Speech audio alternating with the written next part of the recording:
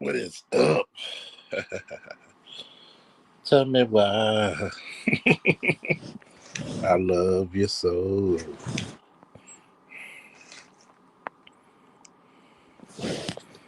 How's y'all bees tonight?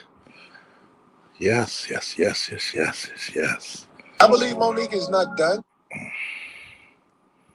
How y'all doing That's why tonight? she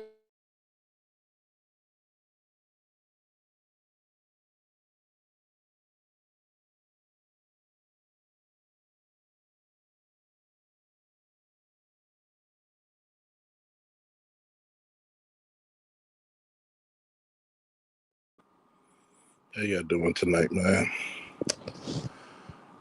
See who wants to start some sugar honey iced tea. You know, for those of us who are up and about. I want you to realize this, man. The streets are still paying. The streets are still paying. If you want a job, the streets are still paying. Tell me why. I love you so.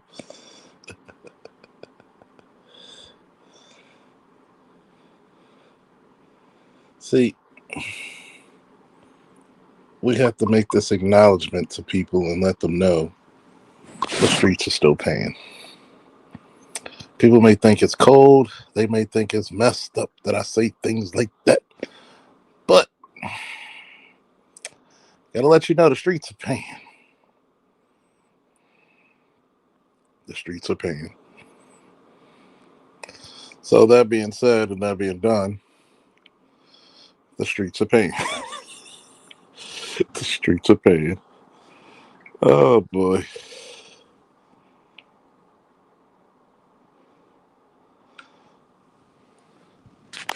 Oh my gosh. Look, I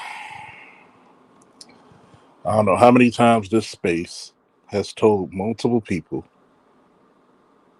you're gonna have to make some adjustments to your financial situations. We're gonna have to turn this ship around. We're gonna have to get this ship going on a righteous path. You get what I'm saying? There's some things you may not agree with, and I get it. Okay, yeah, I get it. I don't always agree with people, but this is what you gotta understand. When you messed around and you allow crazy ass people to take command of the ship, this is what happens. You're gonna get your inflation. You're gonna get your disparities.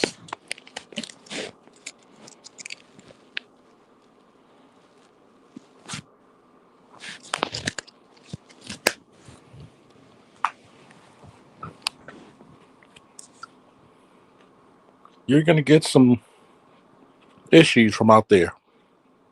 What's up, ABM? I don't want to hear nobody say anything about anything economic, especially if you were okay of all the financial blunders the last administration made, which anyone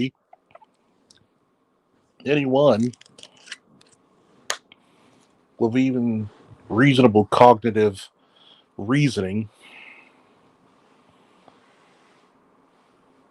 would think a person as experienced as Biden would have rerouted the ship and not put us further underwater. I look at this, and a lot of Americans don't realize what's going on in the world today. Too many people are getting fat off the hog's tit.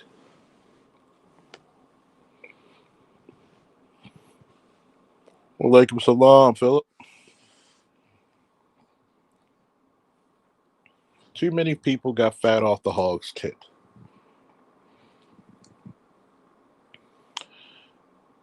And they're getting upset because why? I don't want to blame myself being an accomplice to my own destruction. I don't want to blame myself for enabling the stupidity.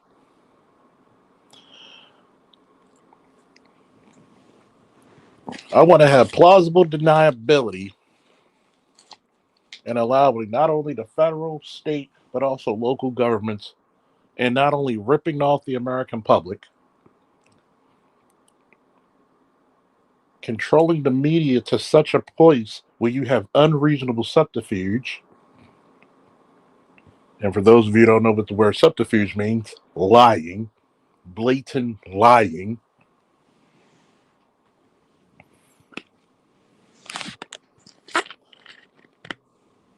And try to convince us to get a proxy who would have been the laughing stock of American politics as president.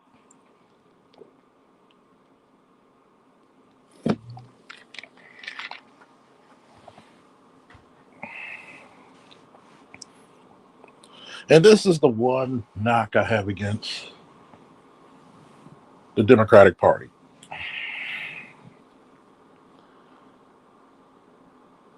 Because I believe in policy over party. I believe in policy over personality. At what point were any of these things coming out the open was the Democratic Party hell bent on telling the truth? On how much reckless spending that they were doing in this country.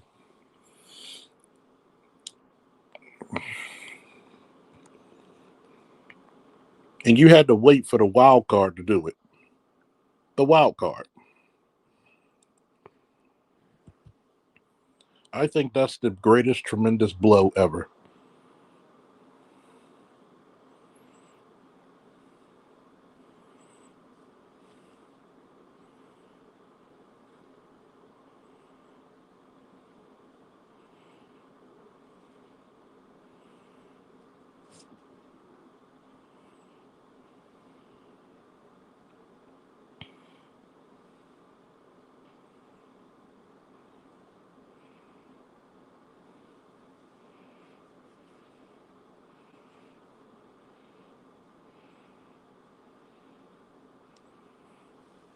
I want you to get this through your skulls, people.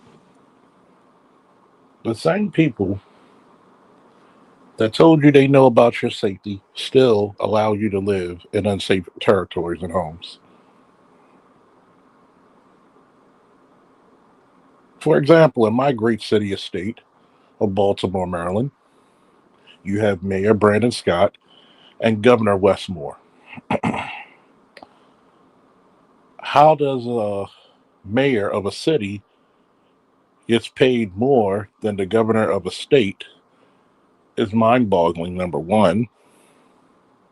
Number two, when they put on that ridiculous display in the Park Heights area with all their executive protection units and all the so-called leaders of the community who you never see, he said, and I quote Wes Moore, Governor Moore, I know how to keep you safe. You literally lied to the media and said you're from Baltimore. You're not. You're basically from what, Upper Marlboro.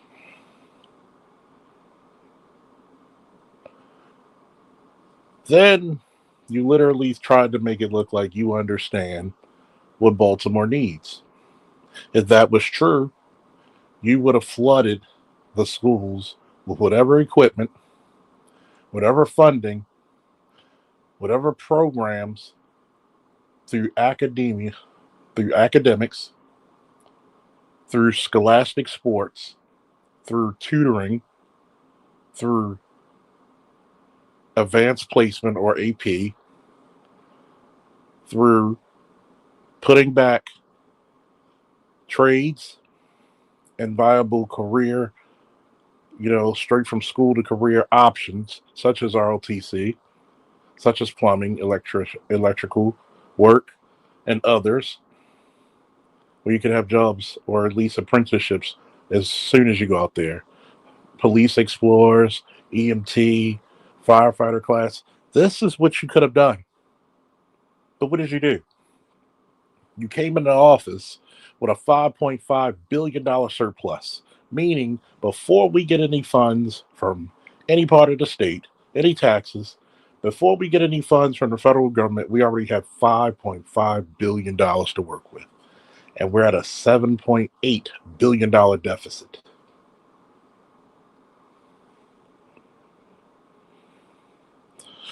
But yet, these are the same people that said they know how to keep you safe. Obviously not, because you're at a 500 to 1,000 personnel deficit when it comes to just Baltimore Police Department alone, when it comes to hiring new cops or retention of the experienced ones. And let's not talk about how you frivolously and unjustifiably either force people to resign or outright fire them from frivolous cases that were on the books where there was no witnesses, no everybody lied or recant their stories, or the officers or the supervisors were actually the victims of crime once the investigation proved, and you still fired them under what was it, Commissioner Harrison? And you wonder why, and I'm going to predict this, there's going to come a class action lawsuit for a lot of those officers being unjustifiably forced out by either firing or resignation, and it's going to hit you like a meteor that hit the goddamn dinosaurs. And you're probably going to see the same thing in very similar jurisdictions, especially with these consent decrees.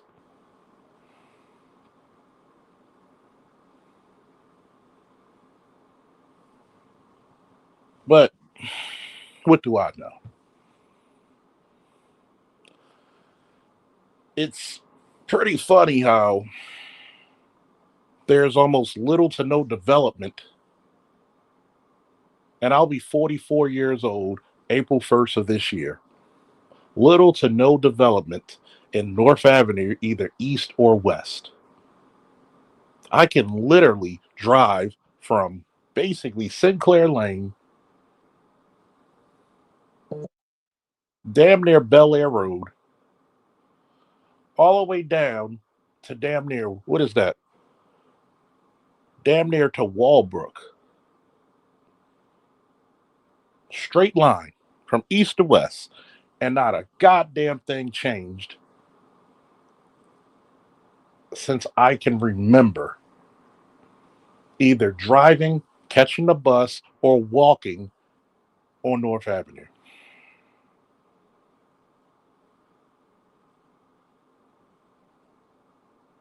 So what is this? What is this keeping people safe? If most of the houses there in that corridor, in the historic North Avenue, a lot of those houses are out of code. Are you keeping people safe? Have the remodeling and renovations of these places even taken place?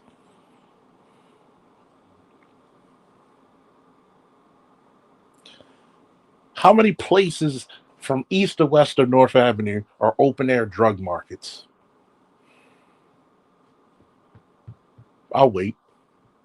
You can't go to a goddamn gas station without somebody trying to sell you gas. And I'm not talking petro. I can't go to a goddamn gas station on North Avenue, east or west, without 5 to 10 people crowding the goddamn store.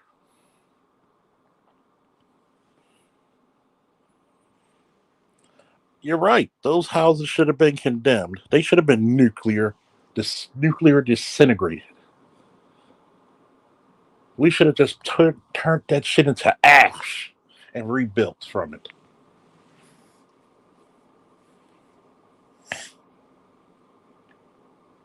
It is sinful. How many people have been hurt and or killed because of the lack of fucking structural integrity that you have in your housing codes?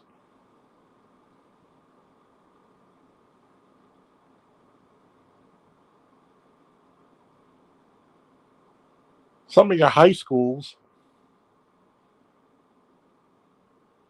let's just talk about the bathrooms, ought to be condemned. You got rust in some of them.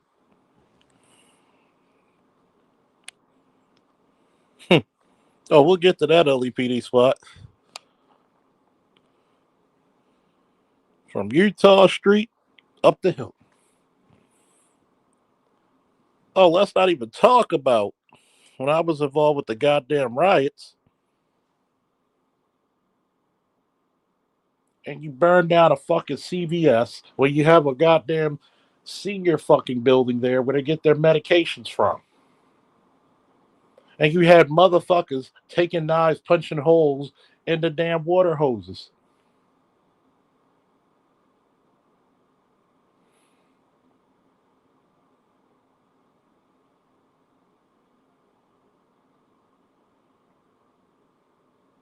North and Pensy looks like a goddamn pissed out alley.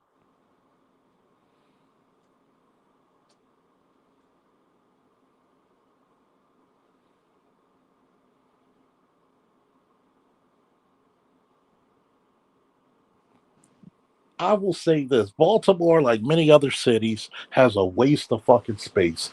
Either rebuild it, remodel it, or condemn it and just take it apart and just build up again.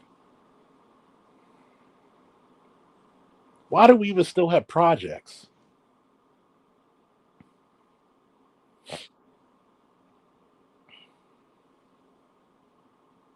No, nobody wants to answer this shit. Nobody wants to come to the truth of this shit.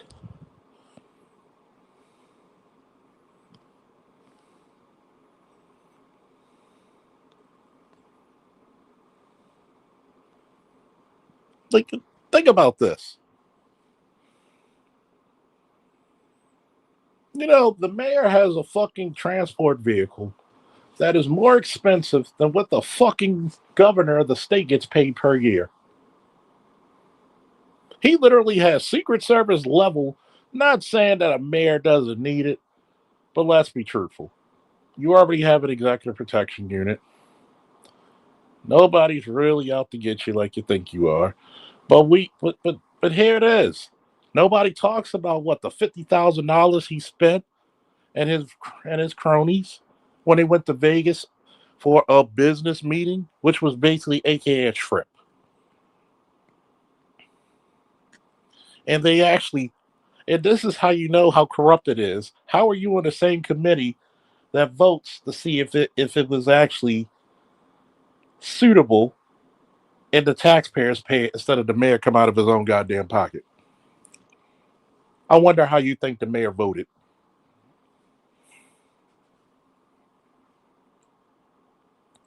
These are the same people that said they know how to keep you safe.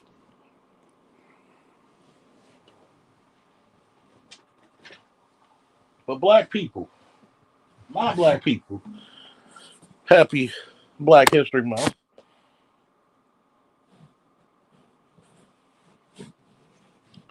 But black people, riddle me this, black man and black woman. Tell me, and please tell me, how, Sway, how do you allow this type of foolery to consistently plague you?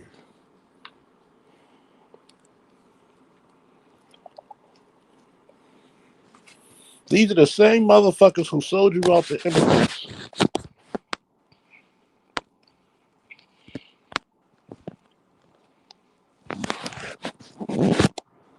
These are the same motherfuckers that sold you out for people who don't even have rights to this country.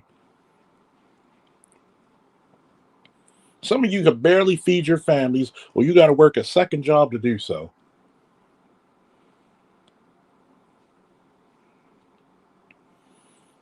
And guess what happens?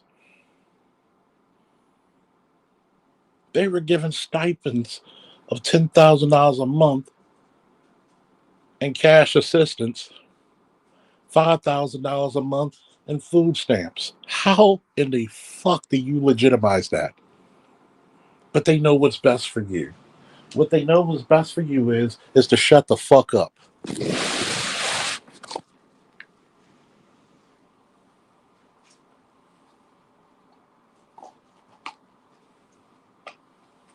It's almost imbecilic. It's almost imbecilic. You constantly vote for people who are taking your rights away from you.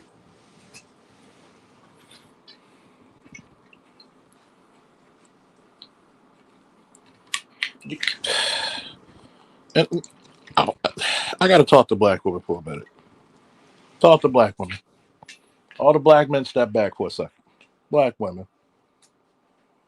Come here, sweetie. Come here, baby. You know I love you. I love you from your light skin to your dark skin, your caramel skin. But I got to ask this one question. Why do y'all constantly fall for the fucking banana in the tailpipe for this fucking Democratic Party? Why? The only people who really benefited from the Democratic Party were white women and gays and the occasional immigrant.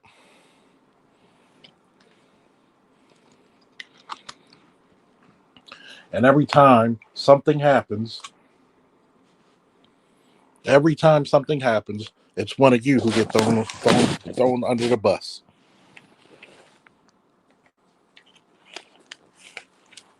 You have a degree, but you have no power.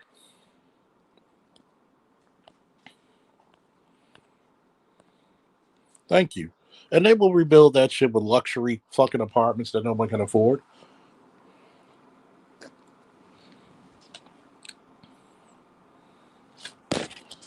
This is the stuff that people don't want to talk about. I want you to really realize this. And black men come back because I need to talk to black parents. Matter of fact, stay right back because I still got to talk to black women for a few minutes. Black women, how come every time you go to this Democratic convention, you're the only demographic without a man? That white woman tell you to say all this nifty shit, but she's going home to cook to her man. You're going home to your goddamn dog or cat. Something's got to give. You claim Trump's racist, but yet he's pardoning the people that you were putting books on their commissary. You put money on their books in their commissary.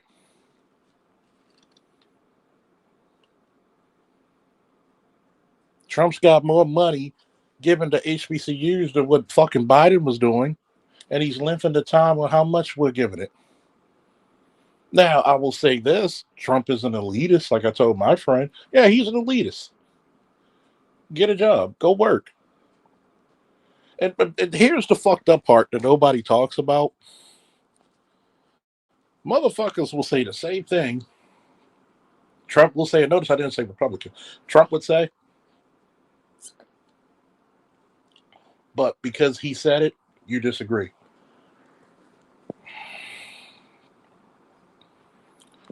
This is the craziness about it. Don't worry, I'm gonna put the link up in a sec. This is the craziest part, right? Especially growing up as an 80s baby, teenager in the 90s, adult literally into the year 2000. Wasn't it black women who were working, who were insulting black women on the system and calling them all kinds of lazy bitches? Especially during the 90s, saying I ain't no welfare recipient. I go to work. I go work hard for mine. Wasn't that the catch back in the day? So why the fuck are so many black women giving a fuck about if food stamps are cut? Half of you are not getting, majority of you are not getting them.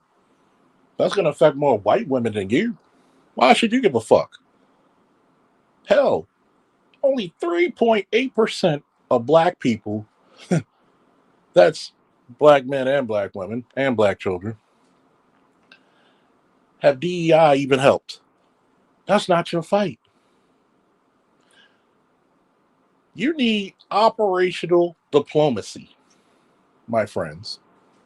You truly do need operational diplomacy.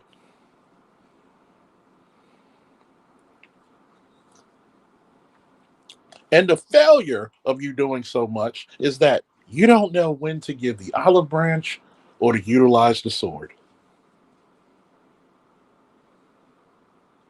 If you want black people to protest for you, you're going to pay us either monetarily or you're going to be partners with us in your business. You're going to hire black men. You're going to hire black women. You're going to hire black teenagers.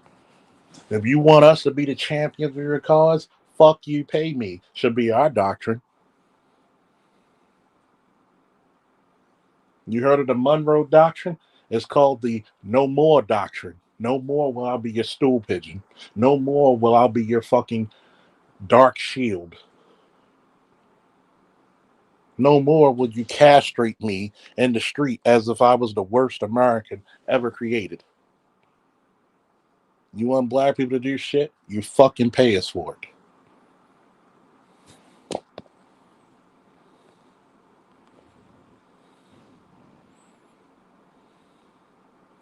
I want you to look at it. See, people don't realize that each state of the union is its own little country. There are countries that are not as big as California and Texas and Alaska. Hell, Maryland may not be the biggest state, but it's an impressive size state if you have to drive through that bitch. And I want you to think about it.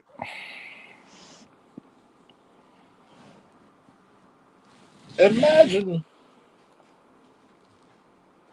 Europe. Imagine if you could just sneak over there anytime you want, use up resources, but never put anything in the pot.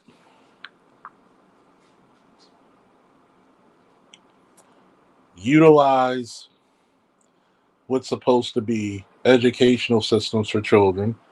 And because we don't have enough space, we're going to bump you and your child for somebody who doesn't even have a claim to this country. We're going to give the rookie at your job the same benefits and rights as you who've been working there for 20, 25 years. Would that piss you off? And I would say this for the immigrants who came over here the right way through military service, through citizenship programs and classes. You should be insulted as well because you had to work your hard sweat and tears.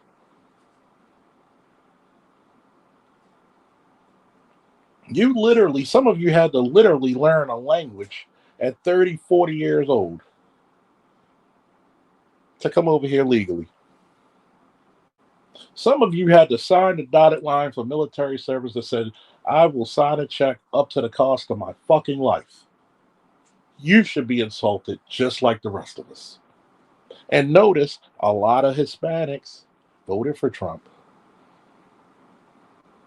Because if you notice, a lot of the Republicans and a lot of conservatives, because not every Republican is conservative, not every Democrat is liberal, a lot of conservatism is still within Hispanic culture. They still believe in family first. So they're not playing that dumb shit. Not all of them.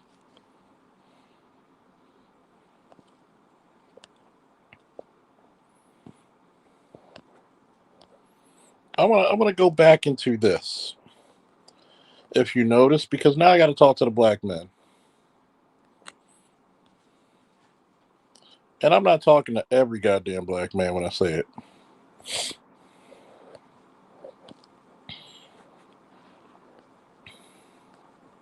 But y'all know the ones I'm talking to. You know, the ones who can't ever grow up.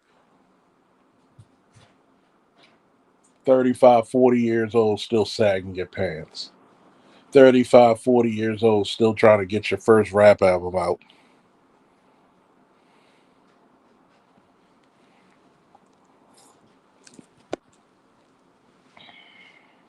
I'm a proud daddy, but I spent 18 fucking years of my fucking time in a prison cell. The only thing I could teach my child to do is not to do what I did. What fucking lessons can you teach? I had too many women personally tell me, too many tell me,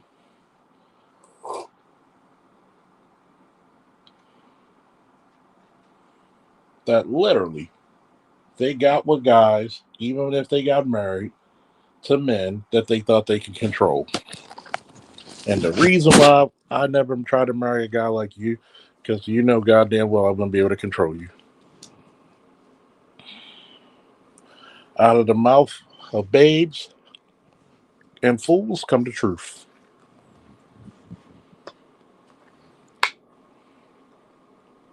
See, I don't have to worry about the black men and black women taking care of their kids properly because they don't take care of their kids, they raise and cultivate them. If you're a fuck up as an adult, you can't blame mommy and daddy because we taught you better. I went down to my son's school, well, now you can consider it yesterday, to pay his senior dues. The the administration loves him. He's such a gentle giant, but Lord knows if you mess with him, he got hands. Oh, I said, I know. I warn kids, don't fight him. He'll hurt you. He will send you to the hospital. And they all agreed. They said, no, he'll never start a fight, but he sure as hell will win one quick.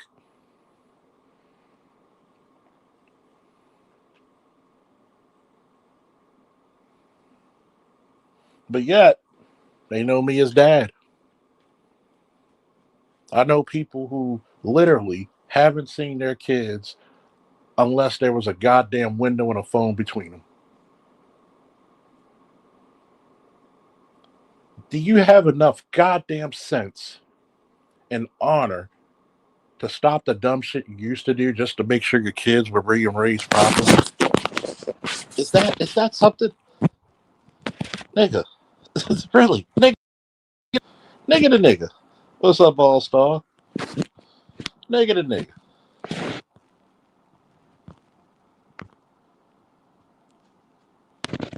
My boy ABM said they don't want to put the work in for a family. They prefer failing because it's easy. Exactly.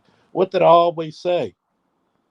Black women have a fear of failure. Black men have a fear of success. Don't misconstrue what the fuck I just said. I can't fail. I can't fail. I can't fail. You taught your sons how to be the perpetual loser. If I keep being successful in this, you're going to keep relying on me. You want to be over reliable. You want to, you know me. I got to put my little nerdy comic book shit and stuff all the time. I'm going to ask this question, right?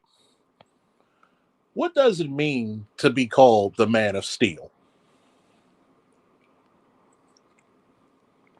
All Star G, what's up, brother? You don't mind being the scribe of the night for me? Put that question in the chat for Time Memorial. What does it mean being called the man of steel?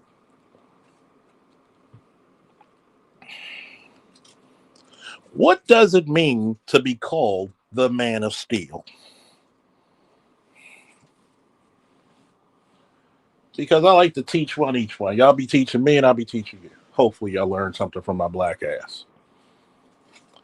What does it mean to be called the man of steel?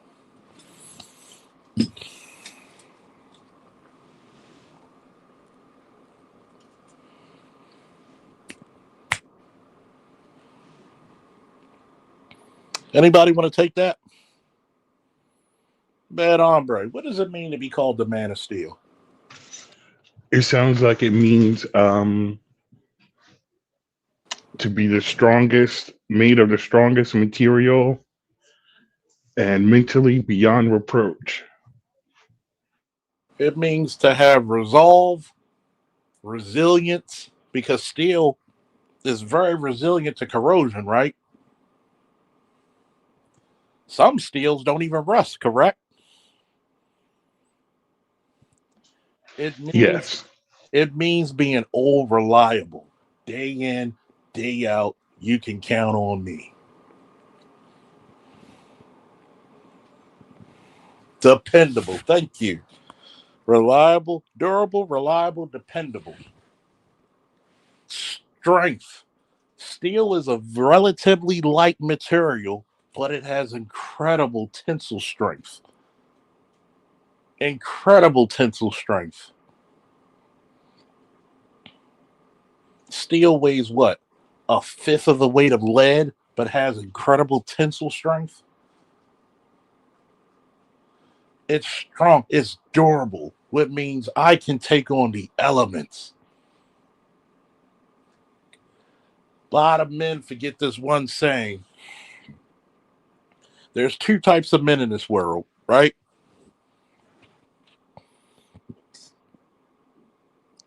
Thank you. Sturdy. Two types of men in this world. There's the men who say, God, why me? And then there's the other men that says, God, why not?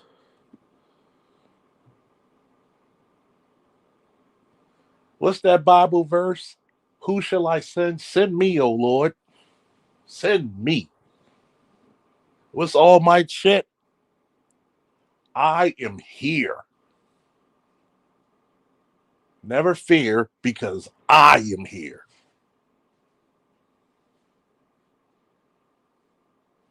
Does that make sense, Bad Hombre? absolutely. What happened to that fortitude? Fortitude! Fortitude is I, what the I man. think it.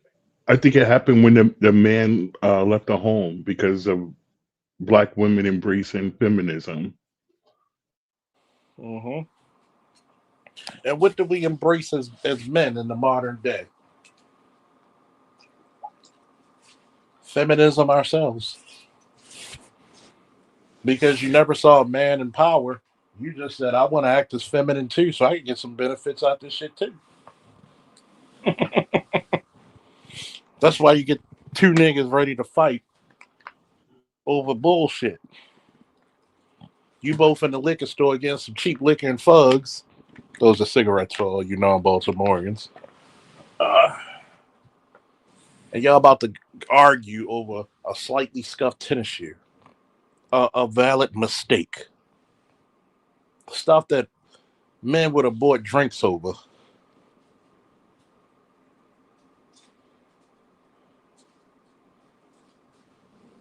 You get what I'm saying? Fortitude, resilience, strength under pressure. Not, there's one thing to be strong, but when you're strong under pressure, mm,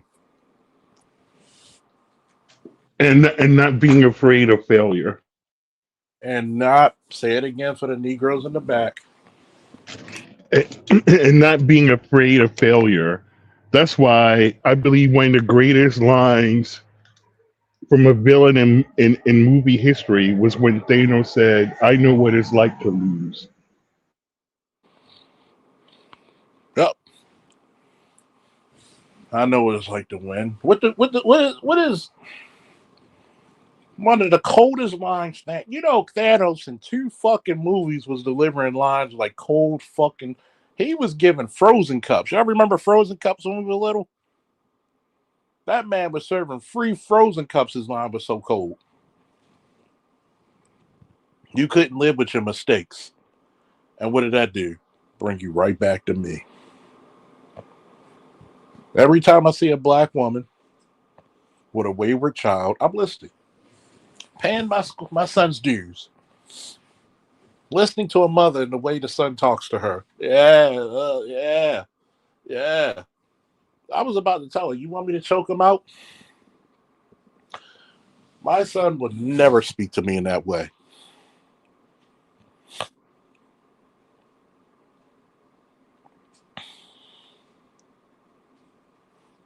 See, a lot of you young niggas don't understand rank and file because you act like bitches. You better pray to the day you become 40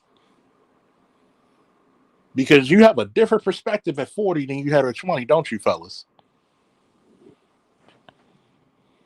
You have a different perspective at 40 than you did 30. Exactly. Hell, you And have a you're going to have a different perspective at 50 than you did at 40. different perspective at 35 than 40.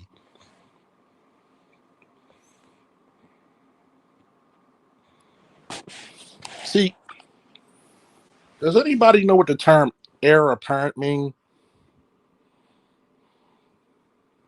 Heir Yeah, apparent. yeah, like What the is next one up. the next one up to the throne, right? The heir apparent. The heir apparent is supposed to get all the greatest lessons and teachings to run a fucking family or country, right? Who's the next one in charge of your goddamn families? A bunch of women. You cooking. You know where I'm going, right? You know where I'm going, ABM. Who's the next person? This is, fellas, I need your permission. Chat, fellas, can I get a woo? I need a woo in the chat. Go black pill. I need permission from everybody to go black. I'm gonna go fucking so black pill. You're gonna think the stars in the solar system at one time simultaneously died. That's how dark it's gonna get. Can I go that dark? Go for it. Who the fuck is the next in line to run your family? Is it your junky ass uncle or aunt? Your grandpa or grandma is on their last leg. Your parents were faulty. Some of your parents are fucking living with their parents. Are you teaching your child to run a fucking household? What have you bestowed upon your child? What knowledge, what teachings, what grace have you bestowed upon your children? You have not built leaders, you have built perpetual losers. The opposite of a leader is a loser.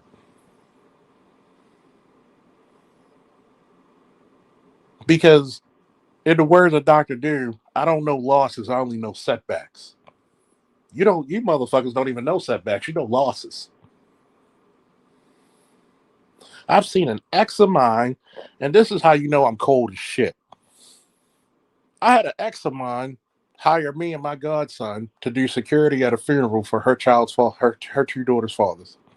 Her two daughters' father. Because the family was so ghetto and fighting. With nearly 20 years of law enforcement and 10 years of military service, that was one of the most disrespectful fucking services I ever seen in my fucking life. That shit bothers me to this day. Number one, I grew up with class. I had to, I reamed her ass out about that. Yes, she paid me well. As a matter of fact, we kept it so peaceful and so well, the family members tipped us another $250 each.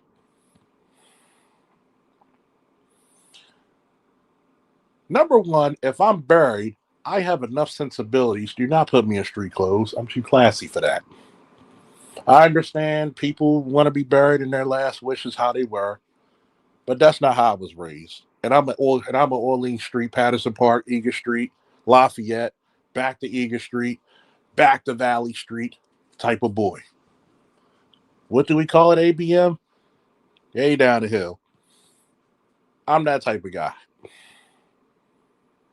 When we went to my senior Senior farewell, I had a three-piece black and white suit on, sharp as a bitch.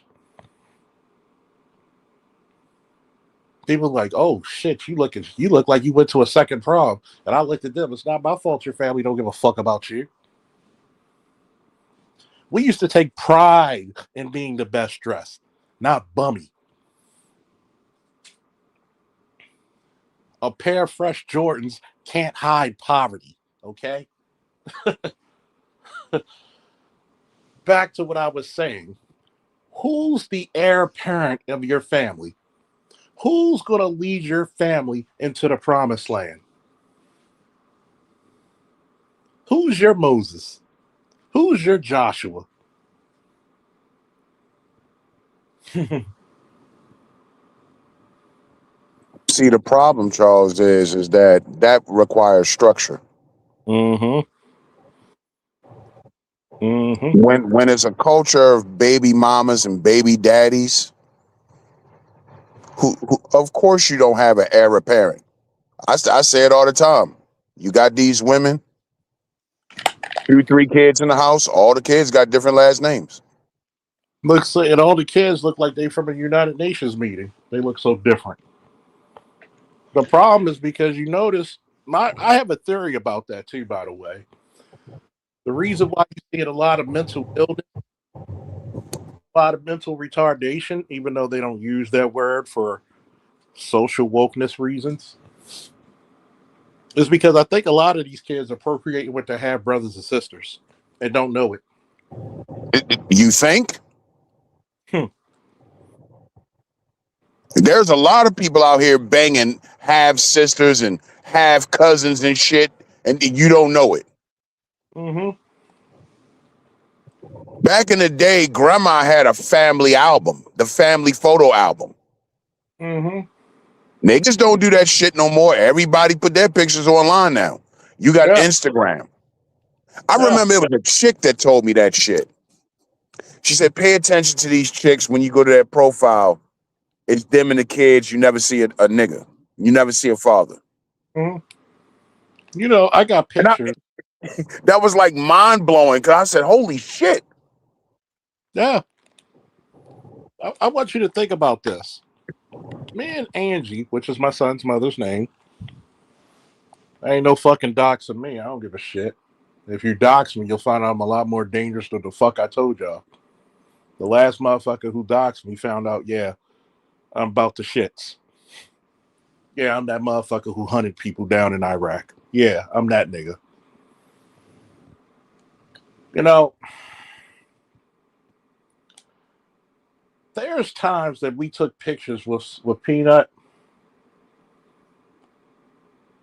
that we weren't ashamed about. And I haven't touched her since, goddamn, Peanut was 5, 4. And it's funny because when you're a man with dick discipline and you can actually pinpoint your children, bitches don't like that. They get surprised about that shit.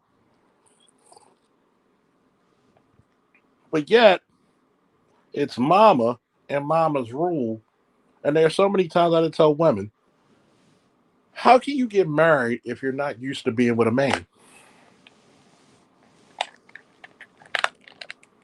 I remember talking to my friend today when she said men be on a lot of shit. I said, what type of men were you around? Because I had to evaluate what type of women were I around. Two of my exes got married. Well, one, two, three, maybe four. Either got married after me or remarried. And two of them I say good riddance because I couldn't deal with that shit. When a guy like me won't marry you because I'm an upstanding type of guy, you have to go to lower fucking standards because that guy is not going to hold you to the standard I'm going to hold you.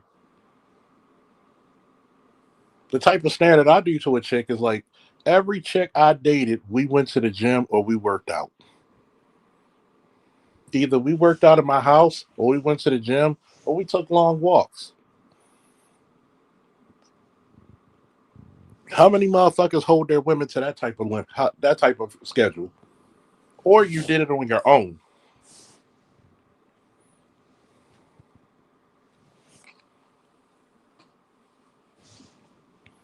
But it goes back into who's your heir apparent. The reason why you have a trouble with men is because you don't trust your own judgment. You were never taught how you were never taught by your mama what a reliable man was. I've told one of my exes, and yes, the common joke for my friends, I have a lot of exes, but that means I had a lot of women too. Ah, well, you lost the belt 17 times. Well, I gained it 18. Shit, still a champion. I had to say this. You can't out, it's very hard to outrank your baby daddy. Very hard. Damn near impossible for some people. Because why? When you have lesser men having your baby and you don't trust that leadership, what are you teaching your sons? What are you teaching your daughters? If mom got sick right now, who could pick up the fucking pace and pick up the bricks and take care of shit?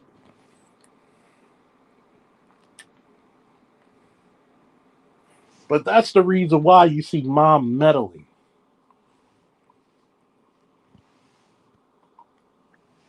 Mom meddling. She doesn't want her baby to let go. You know why? Because mom knows she can't get a fucking man. Your mom sucks, and not in a good way. And hell, the only good way she knows how to suck, she couldn't keep that man, could she? Hmm. And here's the fucking worst part about it. Your mom's only mad at your daddy because she was really the side bitch the whole time. The whole time. Why would you say that about my mama? Your mama was a goddamn hoe. A lot of y'all don't want to admit it. Your mama was a hoe.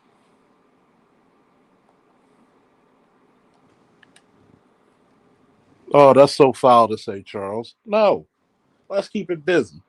If your mom can't tell you the first date your daddy took them on, then you know what it was. She was a jump off. She was a goddamn jump off. And she thought, like many other women before her, thought that a baby would keep his ass there. And he said, nah, I ain't leaving my wife. I ain't leaving my girl. But what happened? Y'all wanted to choose these sucker ass niggas who couldn't run a pie in a pie factory to have babies by, and all of a sudden this nigga's supposed to be fucking the heavyweight champion of fucking fatherhood. Who's the heir apparent? And that scares the fuck out of people. That scares the fuck out of people, by the way.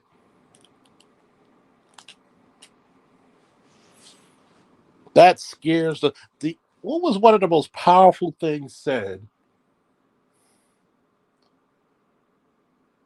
in Black Panther, the first one, and in Captain America Civil War?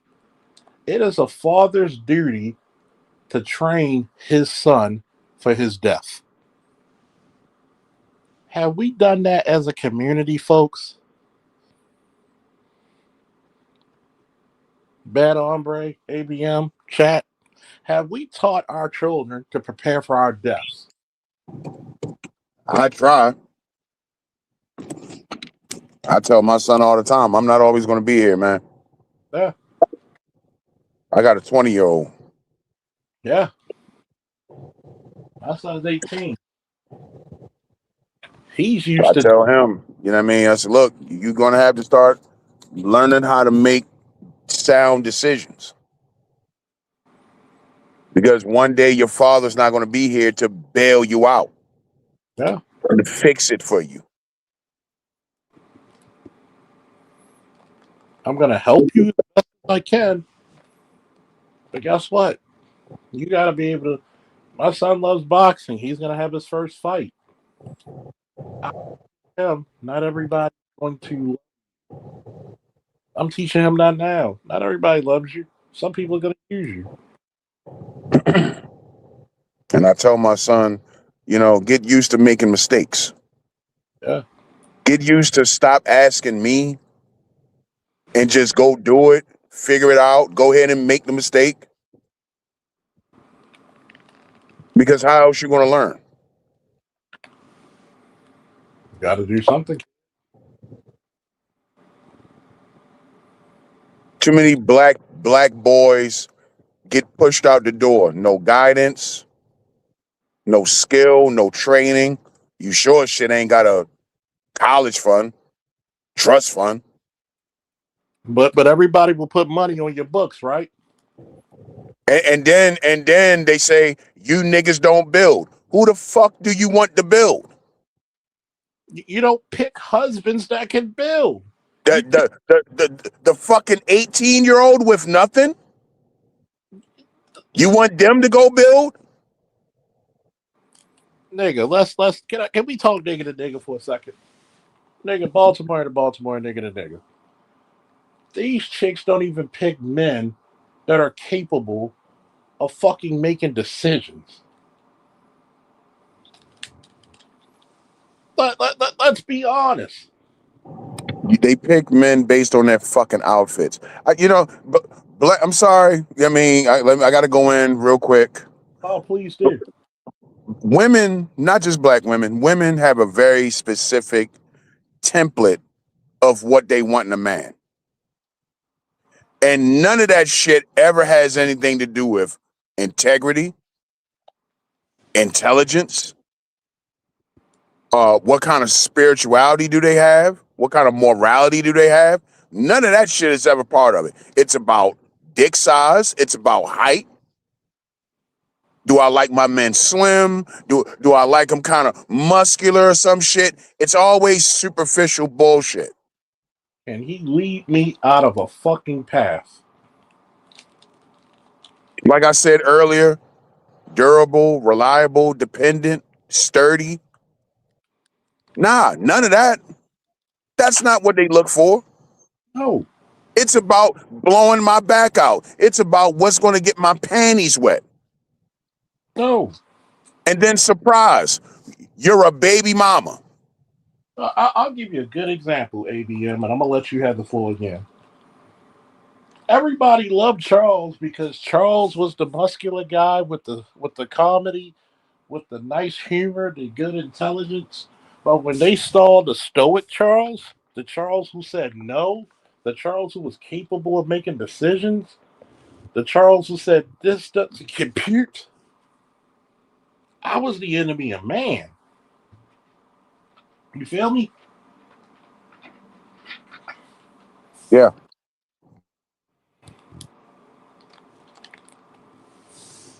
It's a culture problem. It's a culture problem. The culture is in the fucking toilet. The same redundant conversations over and over again. You know what I mean? Everything is surface level shit. Mm-hmm. A lot of women are just are like a lot of women, particularly our women. It's they fight to hold on to their fucking youth. From 18 to 30 is just fun and games. I want to have fun. Then they hit 30, and then they spend the next decade just wanting to relive their 20s.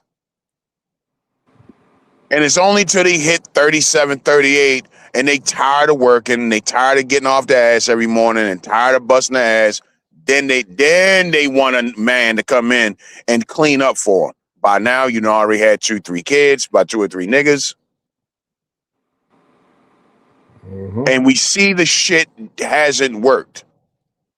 This is why you got bitches all on TikTok in their cars crying. I'm living in my car and life is so hard and I can't get any benefits from the state. This is why you say, why should you? That's exactly what I say. Why should Fuck you? you. You Fuck should, you. and you should have picked a better nigga. You've been told your entire life, somebody somewhere, your mama, your grandmama, your auntie, a uncle, a daddy, a big brother, a little brother, a cousin, a school teacher, somebody somewhere told you, marry before you carry. But like we said earlier, you don't want marriage because that requires work. Yep. You know what? Not only work. You don't mind if I piggyback off of that real quick? Shoot. Marriage doesn't require just work. Marriage requires that you answer to somebody. Bingo. And that's the main thing they hate. That's their problem with 50-50. Mm-hmm. So let me get this straight. The demographic that averages roughly 43 grand a year in America, you don't want somebody to go 50-50 with. You would rather do it yourself. How does that make sense? But you, Because 50-50 means that you don't have all the control and all the say so. but once It's you kind have, of like it's kind of like Satan. yeah, I'd rather reign in hell than serve in heaven. I'd rather be dirt poor and on welfare, but call all the shots in my Section 8 apartment than to go half on the bills with a man and have to sit down and delegate and talk and come up with a plan. and I've had to listen to that. It's fucking insane. And like I said, they hit 37, 38, and now you want somebody to come in and save the day. And then when men don't want to do it, oh, these niggas is weak. Oh, these niggas don't build. Oh, you niggas this and you niggas that. No, you've been told your entire life. You didn't want to listen. I'll put it to you this way: one of my exes in her 50s, she lied to me saying she was much younger than what she was. Till I ran her tags for benefits. Look, starting off lying. And starting offline, and you're damn near almost 10 years older than me. Matter of fact, I can tell you what her birthday is. August 11th. It's the same. She's 20 years younger than Hulk Hogan. You do the math.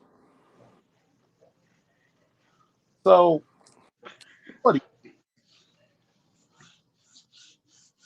Shorty, and sometimes I test bitches in my past. I'm one of them petty motherfuckers. Ada White Petty. That's my lawyer name. Ada White Petty. Petty LaBelle. Hmm. Petty Pettigrew. Petty Teddygrass. That's me. Hey, give me a call. Well, I'm so busy. Bitch, a call means 3 minutes. Stop acting like we're not intelligent people. You wonder why we never got married, and I was with your ass 5 years. The longest relationship in my life was 5 years. You wonder why I never married your ass. You're showing it now. And you wonder why you're in your 50s, early 50s, and you never been married. Not naming names, but I'm gonna tell you. But you probably know. You probably understand who it is if I tell you. Remember the chick who was doing the West Wednesdays on Greenmount? If you don't, No. that's my ex. So remember the guy who was fighting the police and he died in their custody, but she didn't tell the real story of why he died in their custody because he had a fucking heart aneurysm.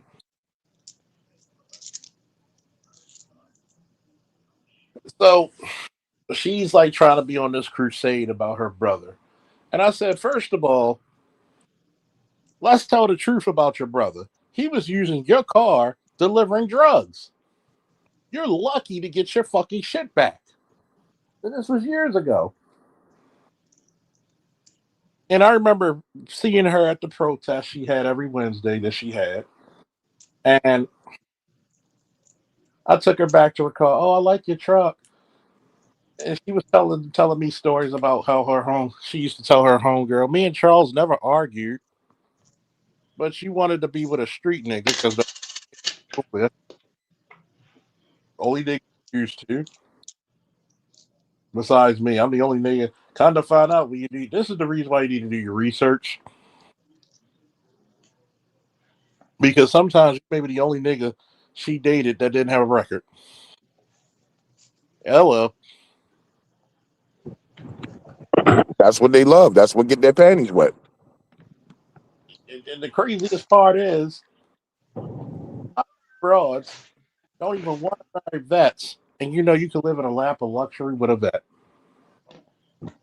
It's not about that, Charles. Hey, It's about that we pay. got we got to keep saying it. They they need somebody that they can feel that they're better than. Mm-hmm. Um, I think it's actually even deeper than that.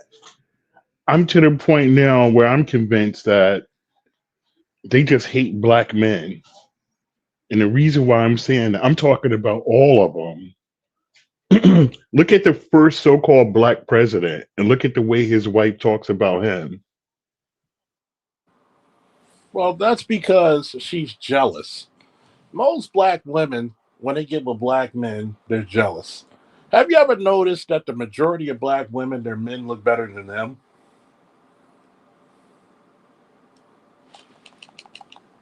Have you? I said it before on your stream, Charles. You see it all the time. You go in a grocery store, and here's this slim, in shape young man, and he's with this big back, and this bitch is twice his size. Most other races, the woman is the better looking person. I mean, that's how it should be. Yeah,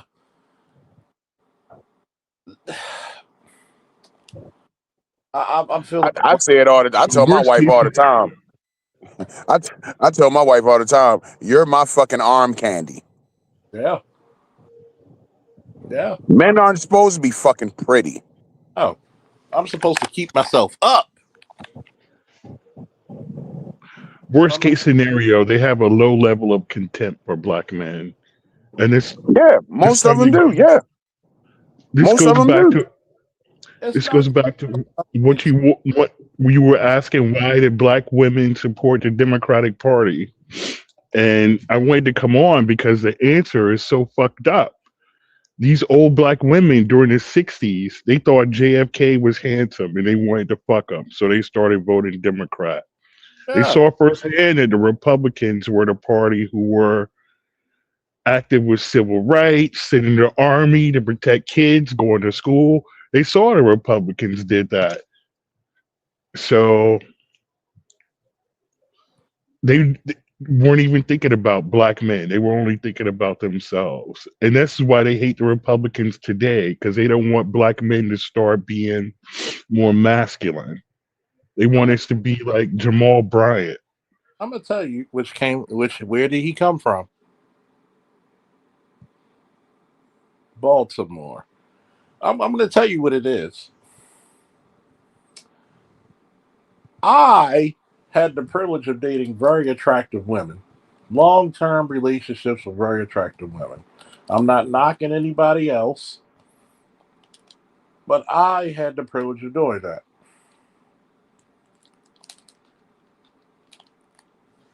And the funniest part about this shit is this. Because black men are the garbage men of the dating world, you take on everybody else's burdens like you are fucking Elohim or some shit. And Jehovah Jireh, God the provider, when you shouldn't have dealt with this chaotic person in the first place. You shouldn't have. And what's the one thing your mama's supposed to do? Protect you from women who are out to use you. Guess who becomes her best friend?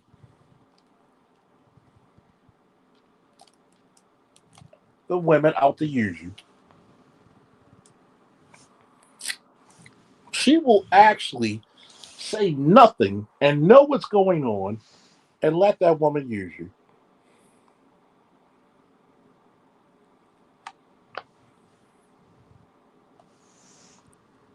That's one of the greatest criminalities of the black community.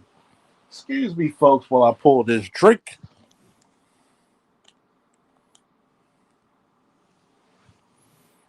Oh, hell, I can multitask. I can pour and speak my shit.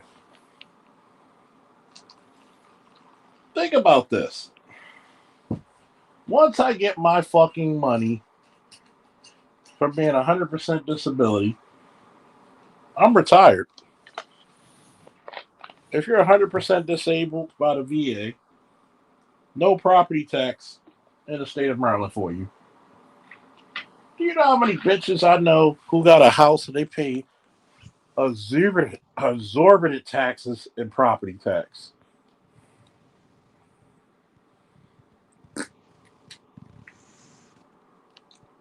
And I tell these women, when you meet me, I'm a benefit walking through the door. You're a liability to me.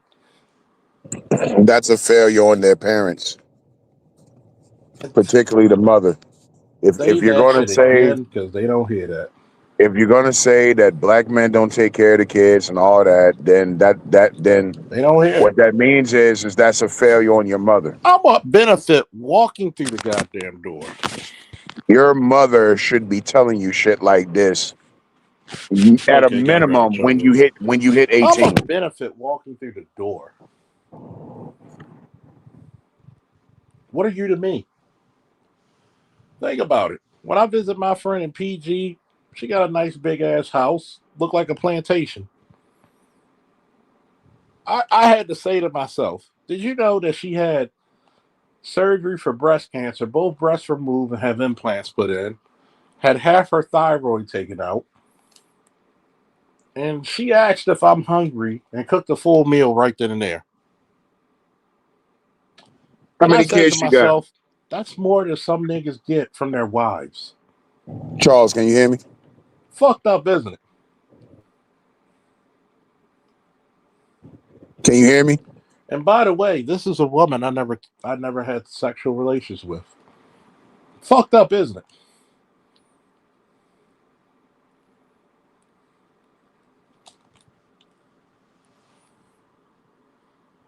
That's one of the things I look at black men and I'll be like, yo, the fuck you getting out of this?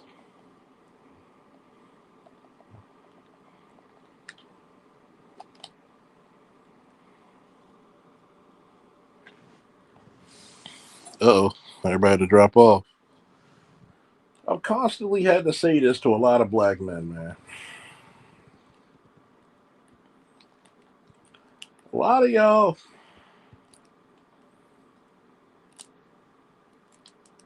y'all, really gonna have to take in notion of what's going on with the world.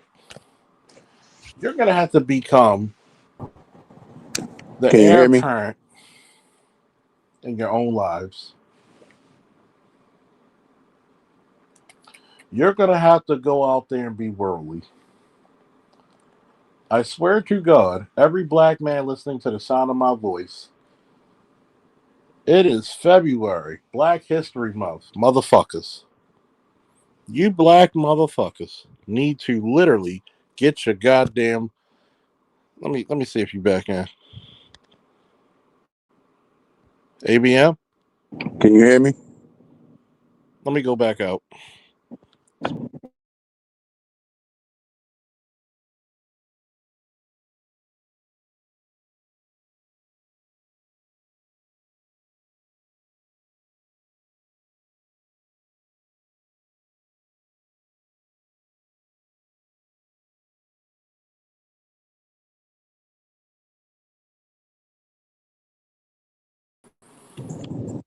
I can hear you. I hear you. Can you hear me? Yep. Hey, question. Your friend in PG, how many kids did she have? One. One. See, and this is what I'm talking about with black women and money. What's the point of the big ass house? It's just you and the one kid. Well, she had foster kids before that. Jesus. So she had foster kids before that. So I, I've said this before. You know what's funny? I respect women who will date a man because of his advantages, and I normally would tell them, "You're a smart motherfucker." But this is the point that I say. I got more from women who were sick with name your disease hair than some of your wives. I got more out of women who were just friends with me, only friends, nothing sexual, than some people's girlfriends. The fuck is the issue, black man? Do you like yourself? Think about this. There's more of a benefit that I bring to people's lives because when you deal with a man, you automatically, 9 times out of 10, you're getting protection.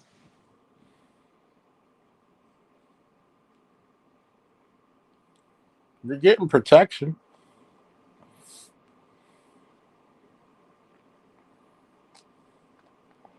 So if you're getting protection,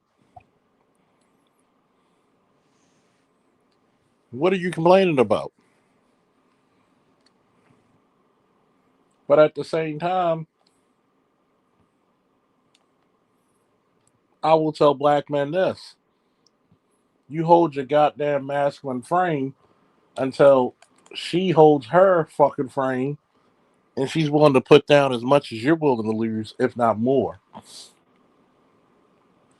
Because personally, in this day and age, I think a woman has to put down more than what a man does. I know, I'm an asshole. I get it. I get it. I think a woman has to put down more than what a man does.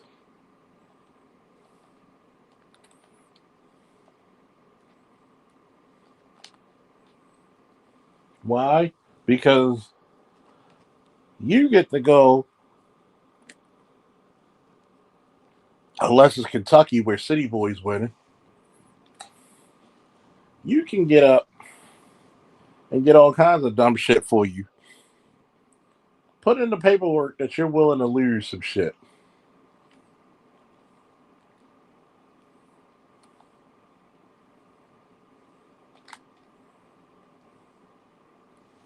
Put in the paperwork you willing to lose shit.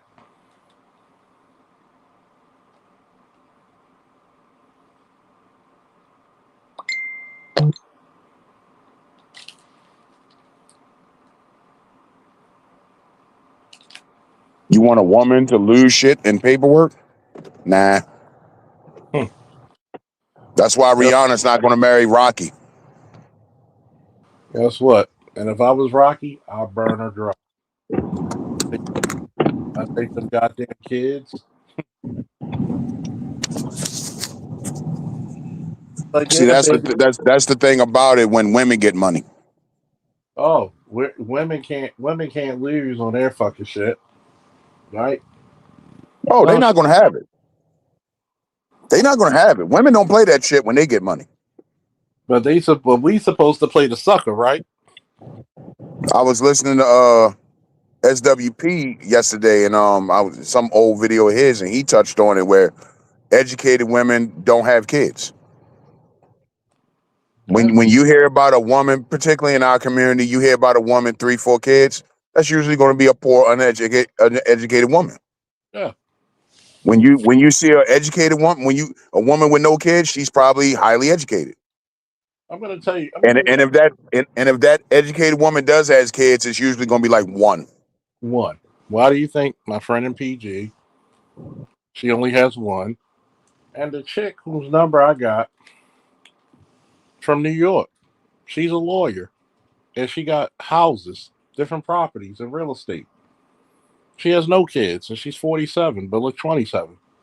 Yeah, She's like, she'd be willing to hear. I said, Shorty, are you willing to take care of me? that's the mentality of women. You see how the shit change, the rules change. Exactly. See, one thing about men, most men, no, well, statistically, you can't really say most men. Most black men don't have kids. Okay, okay, so damn near half of the men they want kids.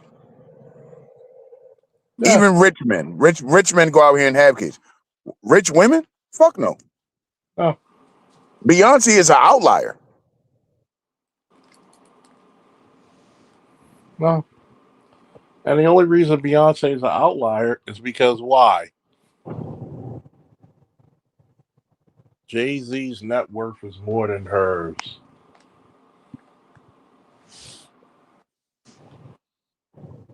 Rihanna could have got with fucking whatchamacallit. She could have got with fucking. She could have got with Kanye.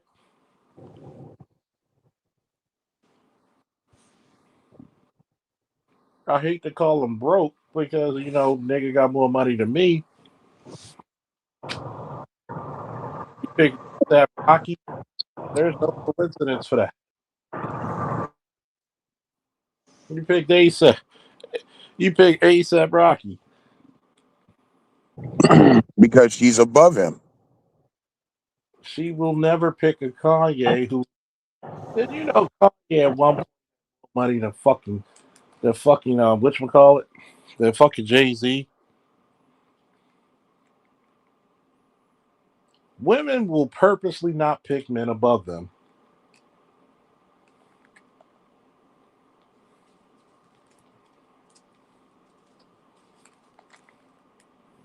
They will Yeah, purposely pick men above them. Black women, no, they can't pick a man above them because they can't talk shit to him. exactly. And like I said, Rihanna will never marry Rocky. She will never marry him. She will never marry, period. Unless it's a black man and definitely a white man that makes more than her.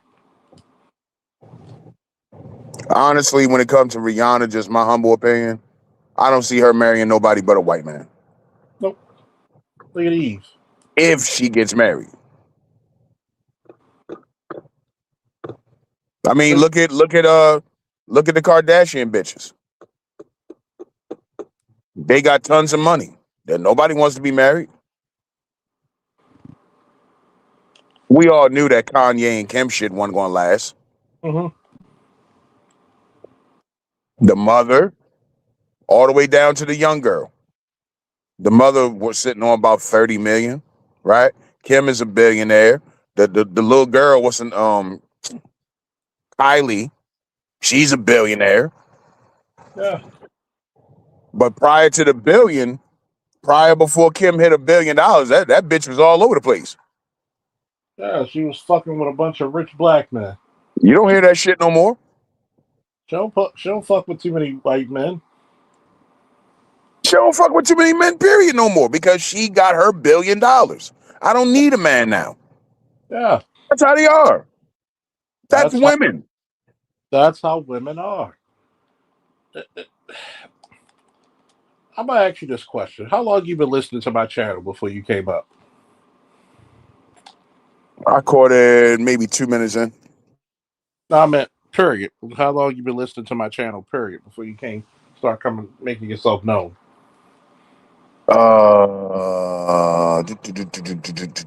So I got it from Twitter. The first time I heard you was the Roe v. Wade thing with Clarence Thomas and all that.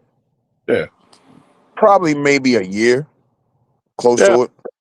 Probably most people, average person, listens to me about a year, 6 months to a year before they make themselves known to me.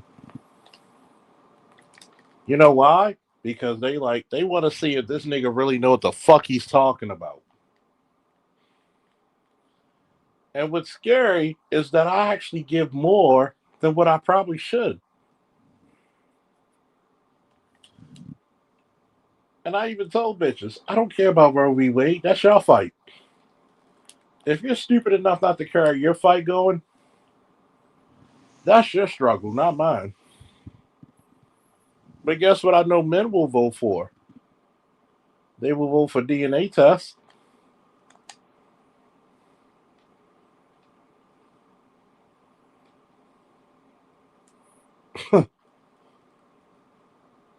They will vote for, Facts. they will vote for DNA tests. If you're too lazy to vote for your abortion rights that a so-called fascist didn't give you, because that's the opposite, the complete opposite of fascism. Anybody wondering?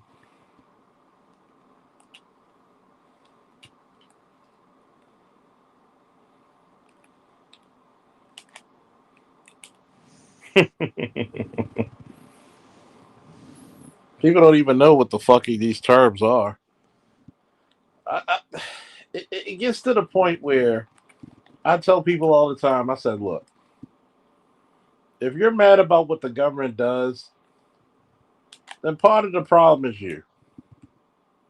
Part of the problem is you. You allowed these jackasses to go roughshod, fucking roughshod with your money because the government doesn't work without your money. It's like PBS, where we work because of fucking subscribers like you. Same shit. Same shit.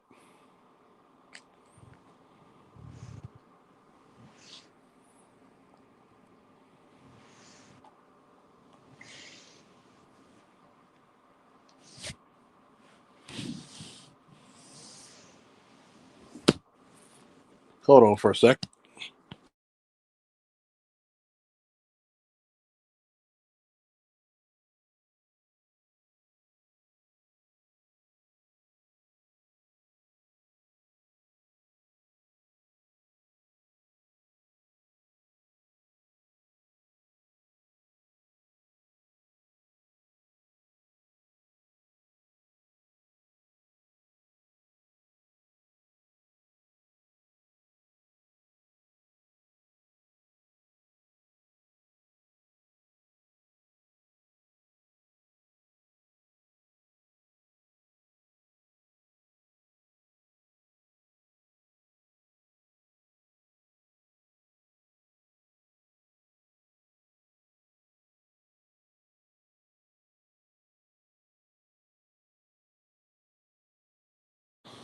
I'm back. There's some shit that I know that people will talk about, and I'm like, first and foremost, I don't want to hear about a woman who had basically carte blanche over the dating area. If you're a pretty woman and you married or had babies by a dumbass,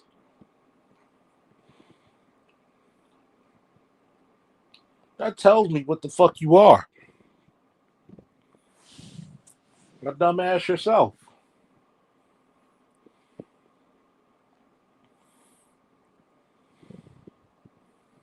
You're not worth it. Oh, that's messed up to say, Charles. No, it isn't.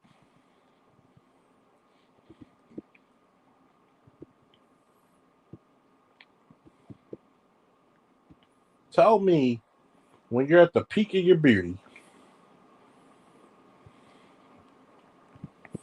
you're at the peak of your beauty, and let's be honest. In the black community, a six has her pick of the litter because most of you niggas never know what a pretty bitch really looks like anyway.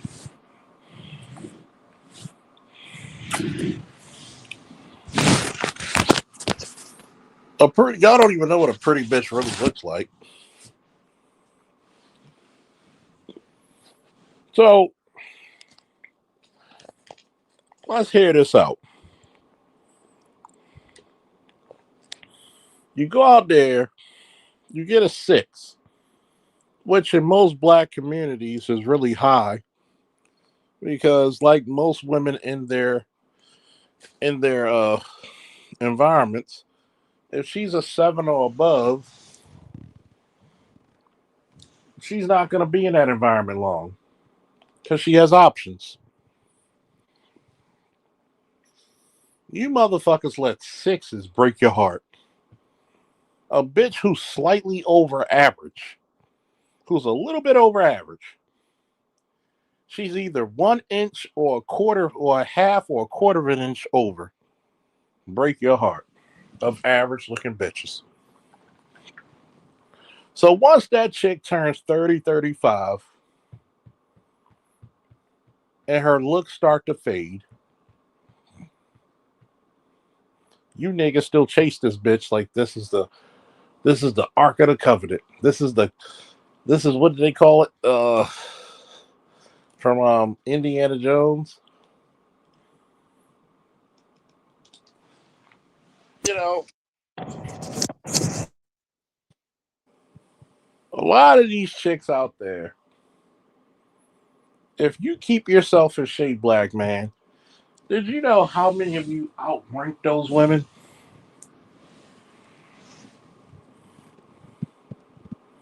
But y'all don't want to hear that. You don't want to hear that you outrank women.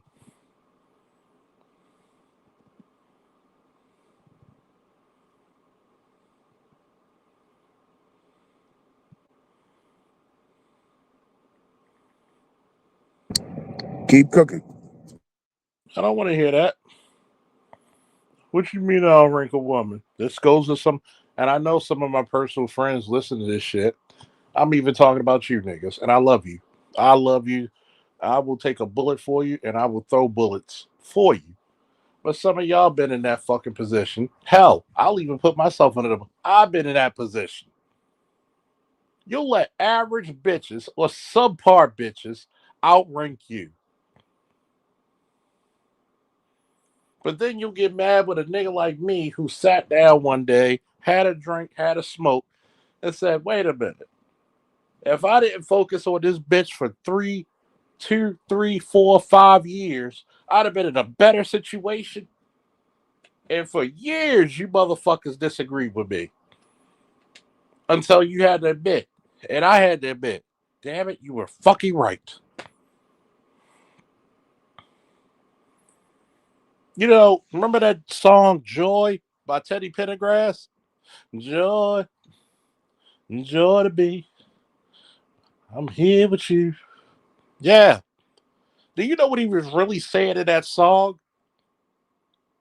He was enjoying the fact that he was still alive after being paralyzed. He wasn't really speaking about a woman. He was speaking about, I'm in love with life itself, which is the greatest gift that I have.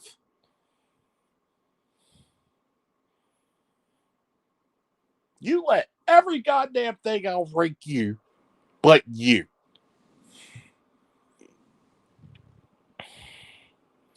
Do you know why I put the fucking fact of the matter? I call myself Commander Faulkner. Because if you own a security operation, is that a paramilitary organization like the police and fire department? Yes. Yes. Do we carry weapons? Yes. And guess what the Maryland State Police, guess what the Maryland Senate just said this year? Last year they voted on it. Now it's in effect. I can utilize special police in my contract, which means let's go to Sinclair Lane where they have their shopping center. I can have special police out there. You got to pay us more. Why? Instead of having armed security, guess what? Now you have special police, which means they have powers of arrest. So the bill goes up, bitch.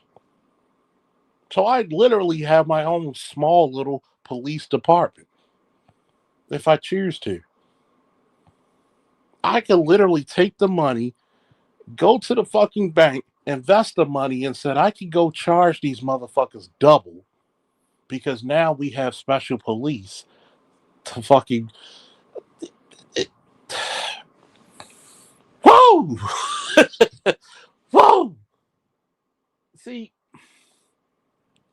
y'all don't mind if I quote my favorite Bible verse, Psalms 110 verses 1.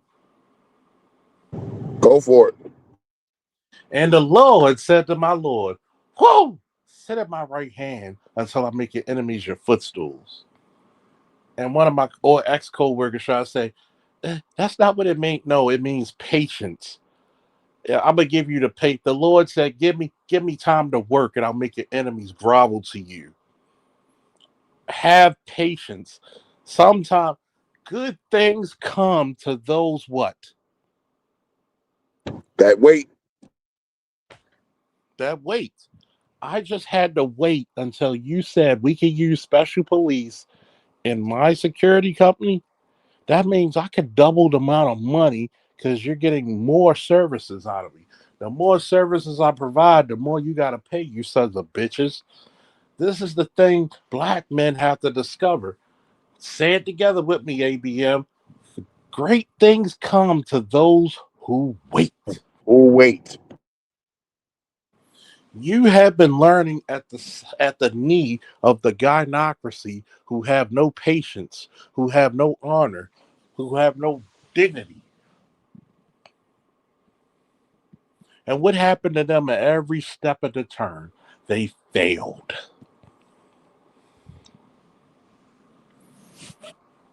All the lessons I gave chicks that I talked to, who I'm talking to again 3, 4 years ago, they have to come to the footstool and say, Charles, you were always right. Charles, I'm sorry. You're the smartest man I know. Charles, you're even smarter than my ex-husband. I know that bitch. Why didn't you?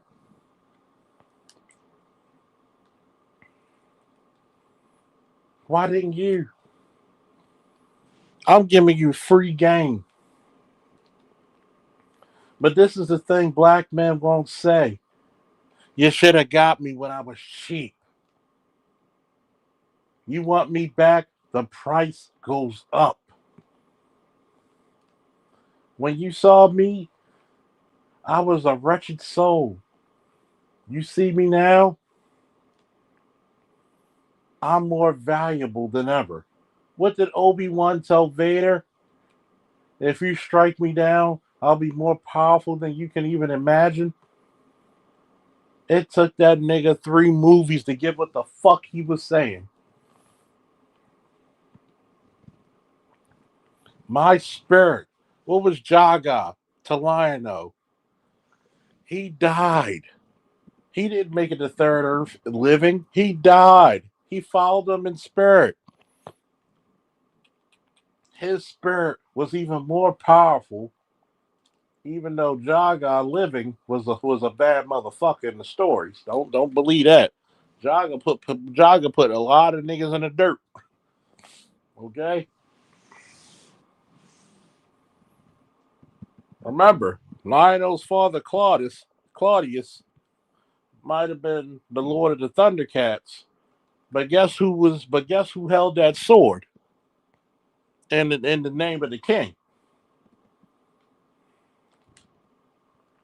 It was Claudius. Okay, there's a lot of champions who go before the ruler.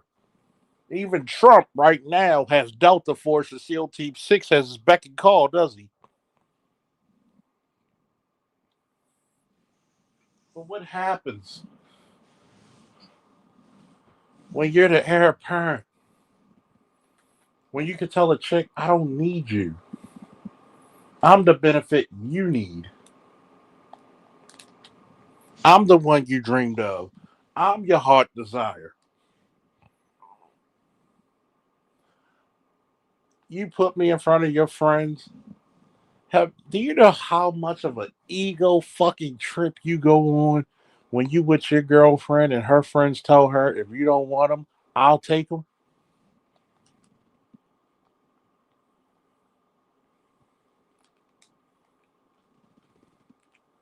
What do I always tell black women?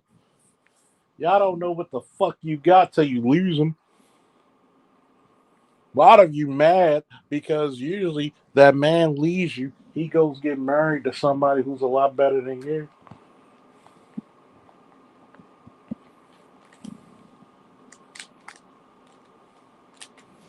You don't like that. It's infantile.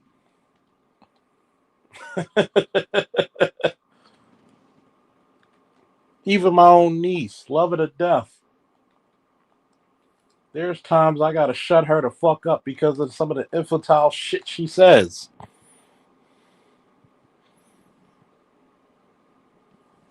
You had a man that took your oldest son and the two sons you made, but you left him alone to go with a nigga you can't even fucking talk to. You gotta call his mother. You fucking serious?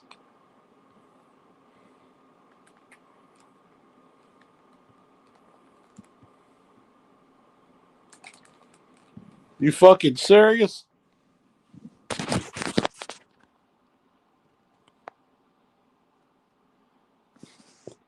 You fucking serious? These are the same women you can't even talk to when you're sick. You supposed to be chewing ginger during this winter season. Hmm.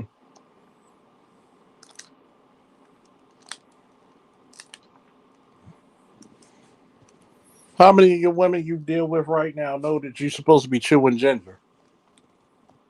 You don't even give your kids some ginger.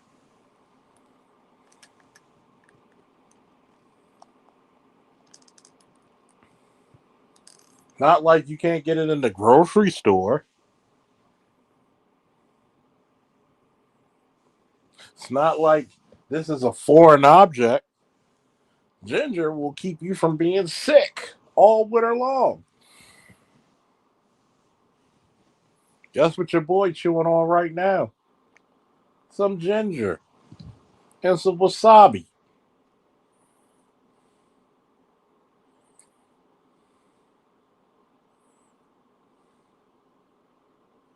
But don't let that hit.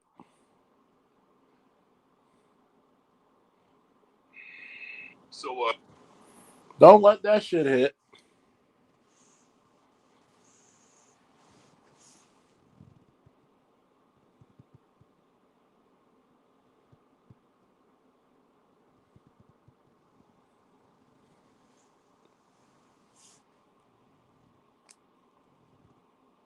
But this is the problem what we have in these days. You don't want a real man speaking real shit. You don't want a real man to hold court. And when a real man holds court, anybody's subject to his authority. Anybody's subject to his rule. If you don't respect what the fuck I gotta say, we don't need to be together.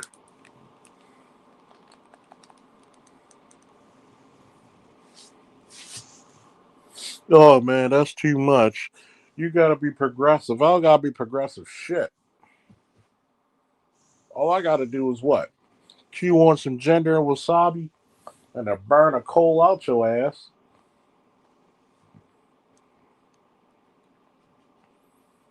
You listen to a bunch of women that's supposed to learn from you. The fuck? They supposed to be under your command. Last time I checked, does she take your last name or do you take hers?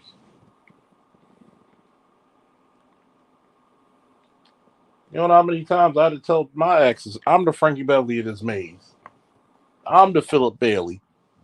I'm the Smokey Robinson. Okay? I'm the Reed Richards of this motherfucking Fantastic Four.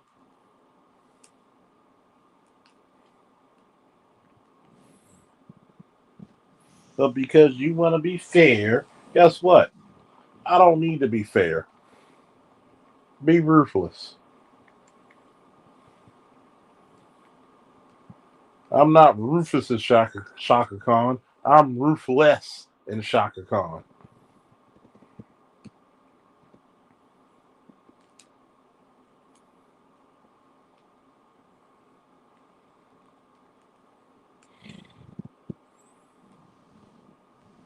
They don't want to see that shit. They don't want to see that shit. Most of your goddamn young mothers now don't even know about ginger and wasabi. Cut a little bit of ginger for your kids and yourself. You burn out that sickness in the house. They don't know shit about that. I bet you they know some shit about some red bottoms.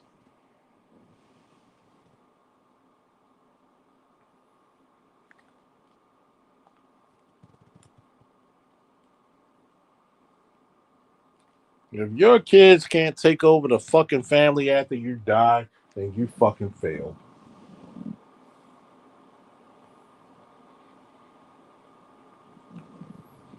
If you're incapacitated in any way and they can't keep the family going, how is it that we had better husbands and wives than what the fuck you're displaying now? Because you're looking for a nigga. Even my exes who I still talk to, I still got love for them. They still got love for me. You bitches dated drug dealers. You bitches dated drug dealers.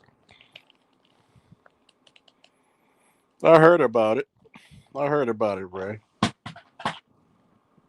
You bitches dated drug dealers.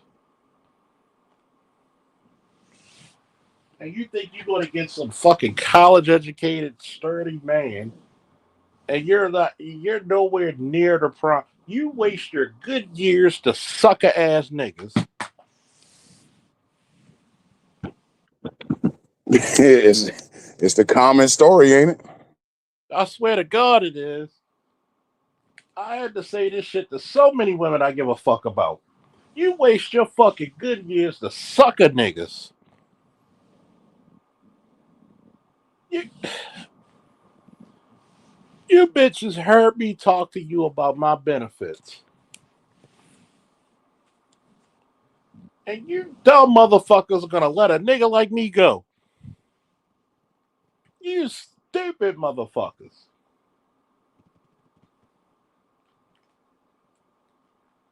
I swear to God. This is how I know you ain't teaching.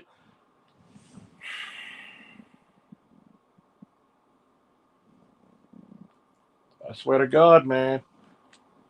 Y'all gonna be calling me Jihad Falk this year because I'm gonna be on a holy war this year. I'm talking about black men and black boy empowerment. But guess what? You think fucking Tommy Sotomayor winning bitches next?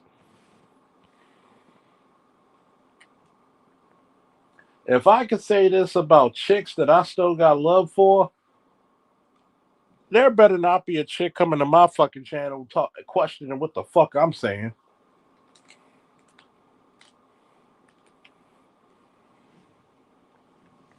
You niggas dated drug dealers and niggas who fucking couldn't even fucking put two and two together. And again, that's why I say when I see these videos and they crying and shit in the car, I have no sympathy. I have, there's an old saying when I was in Iraq when they asked Marine snipers what they feel when they hit an enemy. You know what their answer was? Recoil. That's the only thing I feel. If a bitch can't tell me what Ginger can do for her and her family, you don't need to be with her. See, when all these bitches used to say, well, grandma used to cook and clean and do all this shit in the house, they don't mention historically most men taught women to cook. Not to mention it's your fucking job. What the fuck you gonna do? Sit there and not cook and not clean? That's especially this, essential basic fucking living. And I especially get sick of women talking as if that's some sort of accomplishment or, you know what I mean? Somebody has to worship you for that shit. You know, the fucking mama beaver will build a beaver dam. yeah. Meanwhile, you got a fucking microwave, an air fryer, you got a dishwasher, You got a digital fucking washer and dryer that damn near. I mean, what do you? Oh, I wash the clothes. Do you? And who would they create? And who would You they? you you, you put it in a fucking machine and you press go. And who were they created by? It's like, what the fuck do you do that's so fucking impressive? Like, think about this. There's not one woman. There's women who got doctors. Do you know if you pull? Did you know last week I pulled a lawyer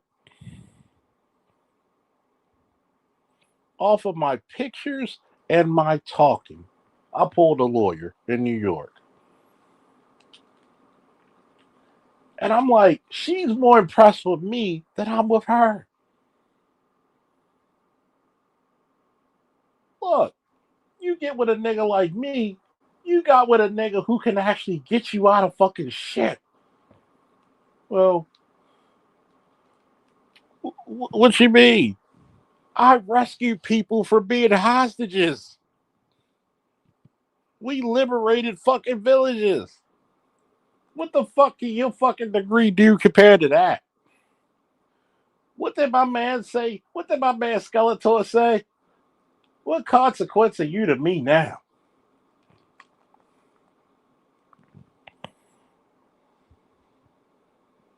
You are no longer my equal. These people, this universe, it means nothing. Okay? At some point, black men have to grab their fucking intestinal fortitude and talk like they mean some shit.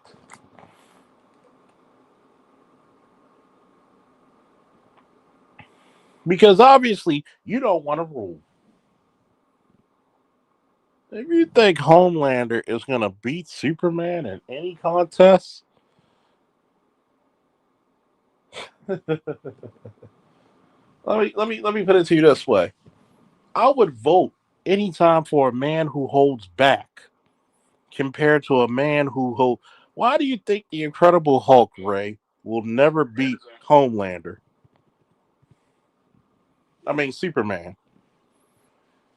When you're just unbridled, uncontrolled versus refined strength, even Dudley said there's a difference between uncouth violence versus refined strength. The refinery of strength is this: you can see a nigga on the street who beats up people who don't want to fight him back. But go against a trained wrestler, a trained boxer, a trained MMA fighter, he's going to crumble like a set of Legos to that trained fighter who knows control and pray to God they let him live. What did those ladies say about my son when I paid his senior dues? He's a gentle giant, but God knows, don't let him start fighting. Even they said in their words, if he starts fighting, bodies are going to hit the floor. Uncouth violence does not intimidate me. Okay? A nigga like me, let's be serious. I'm a smile at you. I wish there was a lot of people. One day, I'm going to get a lot of my coworkers to tell you what type of motherfucker I was in the Northern. Hell, I'm going to get a lot of my coworkers to tell you who were in different districts. When you're in a different district, matter of fact, I'm going to tell you, and you know me, I don't even brag like the way I should. There were motherfuckers who heard about me when they were in the academy.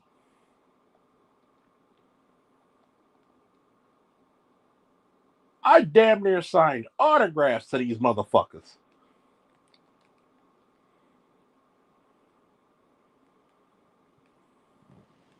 If you're thorough anywhere, you should be thorough everywhere. That comes to work, that comes to diligence, that comes to success.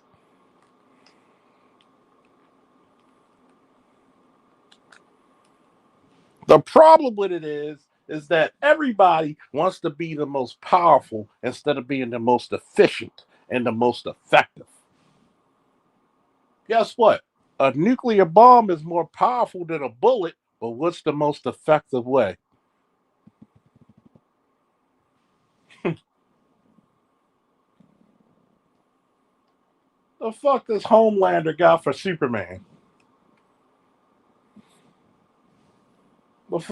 Like, we gotta really say this. You really think there's a linebacker right now who's better than Ray Lewis in the NFL? Name me one linebacker that's better than Ray Lewis. Name me one middle linebacker that's better. Do you know any ABM? No. Arguably Derek Brooks, maybe. Maybe you can put Kuechly in there. Maybe you could put what's dude from the 49ers? Uh, Retired early. I know who you're talking about. Oh, fuck, I can't think his name. I Nah, mean, when it comes to middle linebacker, I don't say anybody was better than Ray. I don't. Nobody. I'm just throwing names out you can make Not a case for. Mike Singletary. Mike. He looked up to Mike Singletary. And Mike Singletary couldn't. Prime Mike Singletary couldn't cover the same ground Prime Ray Lewis did. No. And Primary Lewis was doing shit that you didn't see linebackers do. Prime Ray Lewis was a game changer. Yeah. Not only through his act, but through his words. See, first I thought you said linebacker because I was going to say Lawrence Taylor. I think Lawrence Taylor is the greatest football player I ever seen. Yeah. Coked up or not. Coked up or not. Give him the coke if that's what it takes. That's what it takes. Because guess what? I told niggas stop whining. When I wrestled, you think nigga, we knew niggas on steroids. Did I whine about it? No. Bring them on. Nigga from Dunbar was on steroids. Yeah, I mean, look at Brock Lesnar when he was like 19 and he was like fucking huge, as big as a house. Yeah. Like Guess clearly what? on roids. I can tell you who was on roids. I'm not going to name names because he used to be part of this space. Hint, hint, nod, nod. Went to Dunbar. But guess what people will tell you? I ain't duck smoke because I brought fire for the fucking village. If you're a competitor anywhere. Okay?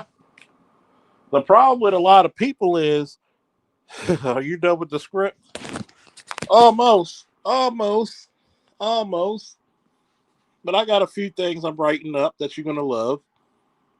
Bring your ass up here, Bay. Shout out to Bay because he helping me. He helping me do it as this little book / comic book. Even though, one thing about Bay, that's a talented motherfucker, boy. I don't know. He could do shit with AI that I can only dream of. I could get the creations right because I could actually draw, but this motherfucker made them animated and moving. Blessings to him. Oh yeah, shit! I gotta send that shit to you, ADM too, as well. So send me a link, and I'm gonna send you a couple of chapters of stories, or send me your email, and I'll send it to you. And trust me, my shit's gonna be about masculinity. Not only is it gonna be about masculinity, notice the female in the group, she gets along with the men, right, Bay? You're a whore. What are you talking about? The story. And yes, I am a whore. No problem. Yes, you're a whore. What? No problem. I need you to finish the script because Chattybox GPT I just edited a crap load of pictures. But they put me on timeout for 18 minutes. They said I was doing too much. Well, they always do But that. but I need you to finish your script so I can run it through it and have them create your series. Yeah. And by the way, thank you for the advice. I'm gonna start. We're gonna dedicate to that story series. What did I say? No, I was telling ABM because he said, "Yeah, you should start the comic book channel." I'm gonna dedicate that channel to my stories and series. I'm gonna You make never sure. told them what I did? Oh, showed him, showed him, show him. I thought it was beautiful. Yeah, your intro with your characters, your main characters, I like that. That's it. Um, but your story, as far as like the premise, Mm. yeah, that for me that was very it was very sexy. Yeah, you like Very, that? You like the way yeah, I put it together, didn't you? yeah. I had to chop that up. So the young guy, that's your main character, and you're like you are the grandfather or the old sage. Well, main character, the main character, a little bit off of life, how I came into a lot of different things. But the the master is one of those. That's actually the love story to my coach. The Okay. thank you to him because that he's responsible to the for you. All And right. the I need you part to give me. Hold on. I need you to give me more characters. Everybody that you have in the story, they should have just a character outline. You don't have to do anything dramatic as long as they're standing there in their full regalia. oh You oh understand? I was working on the bad guys. I was working on the bad. I have a whole list of bad guys, right? Well, you should. I I'm sorry. already What's up, baby? But he's I'm sorry. Go ahead. probably I just working, want. but I have a whole list of bad guys, and I revamped them. I gave them a revamp because I was like, okay, let's work on this one. So I've rewritten and put it through ChatGPT and rewritten it. So Well, how come you haven't used it to create the cinematic universe? you gotta create the words first, man. You gotta create. Right, but I mean, you work Oh as yeah, you go along. oh yeah. That's why that's why certain characters, like the name of the team, right? Because I don't want to put too much out there because niggas steal like a motherfucker. You're gonna like the bad guys because I'm gonna email you what the bad guys' capabilities were. I expected because sometimes I'll write something and I'll come back and I'll expand on it. One of those characters isn't named Big Dexter, is it? Oh no no no, big Charlie, a big Dick Charlie got to, but uh, but Time they for your they're punishment, Larry. but the team is all opposite team is like, but you don't just have a team, you have factions who are against them. Different factions who come together. They don't trust each other, but they'll give each other technology, intel, and information because of the team and because of certain individuals and situations. Like, one of the main villains is a clone. And I'm gonna just A leave it. clone of who? No, don't say. You'll read it when I see you. Yeah, don't tell. You'll be like, "Ooh." just the when he acknowledges himself, you'll be like, yo, that's some fire shit. And it's not just the power of the villains and the heroes, it's the ideology. If you notice one thing, that's the one important thing I had to bring up was the ideology. Yeah, the funny thing about villains is that They make the heroes. yeah, because in all honesty, the villains feel that what they're doing is right. Yeah. Did Thanos really think that what he was doing was wrong? Oh, he was very devout. I mean, he may have understand that he's taking lives, but he's in his mind he was taking lives in order to save lives. Although he could have just made infinite resources, but we just work here. What? He's You know, not the Mad Titan for nothing. they call him the Mad Titan for a reason. I mean, comic book Thanos was worse. Oh yeah. That was tame Thanos. Comic book Thanos was a worshiper of death.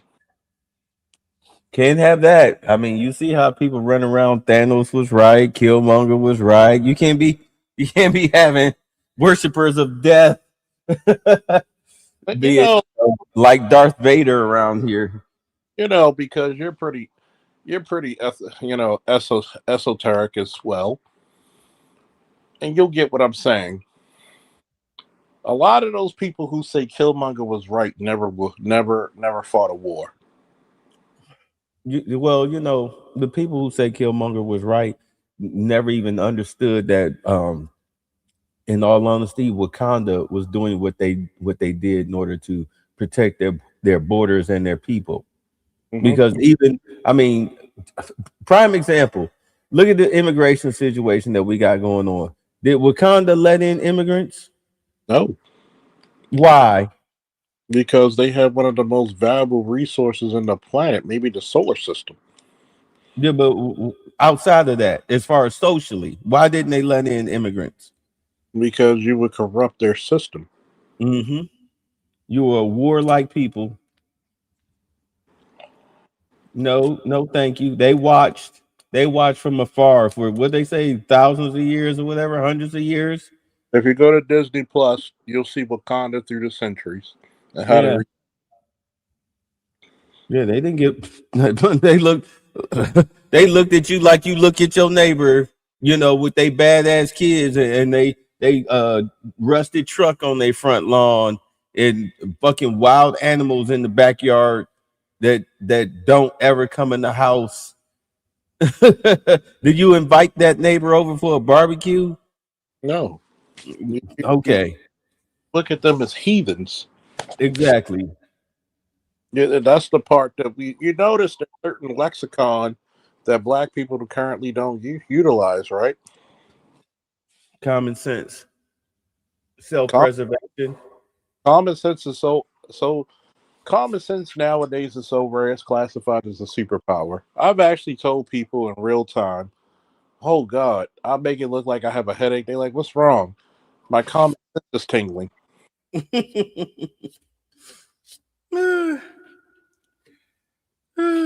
If my partner would, and then she would not be named. One of my departments, she would laugh. She would have to walk away and laugh. She's a comic book and anime head, so she got me. Said, "Oh shit, my head." She's like, "What's wrong?" My common sense is tingling, Mm. and I would keep a straight face in front of a person who's calling for help, and they wouldn't even know. They wouldn't even get it. And it's sad because Wakanda, people in America to take after Wakanda. Am I wrong for saying that? It depends on the perspective. Personally, I don't think you're wrong. Personally, we give away too much than we actually benefit. We give away things. We give away what we can't afford, Exactly. like our sovereignty, our Mm. ability to feed ourselves. Our You know, our our our our respectability. our neighborhoods, our jobs, our homes, our businesses. Through economics. Like, I think was I talking to you guys about this last night about how we're economically illiterate, Go ahead. financially illiterate.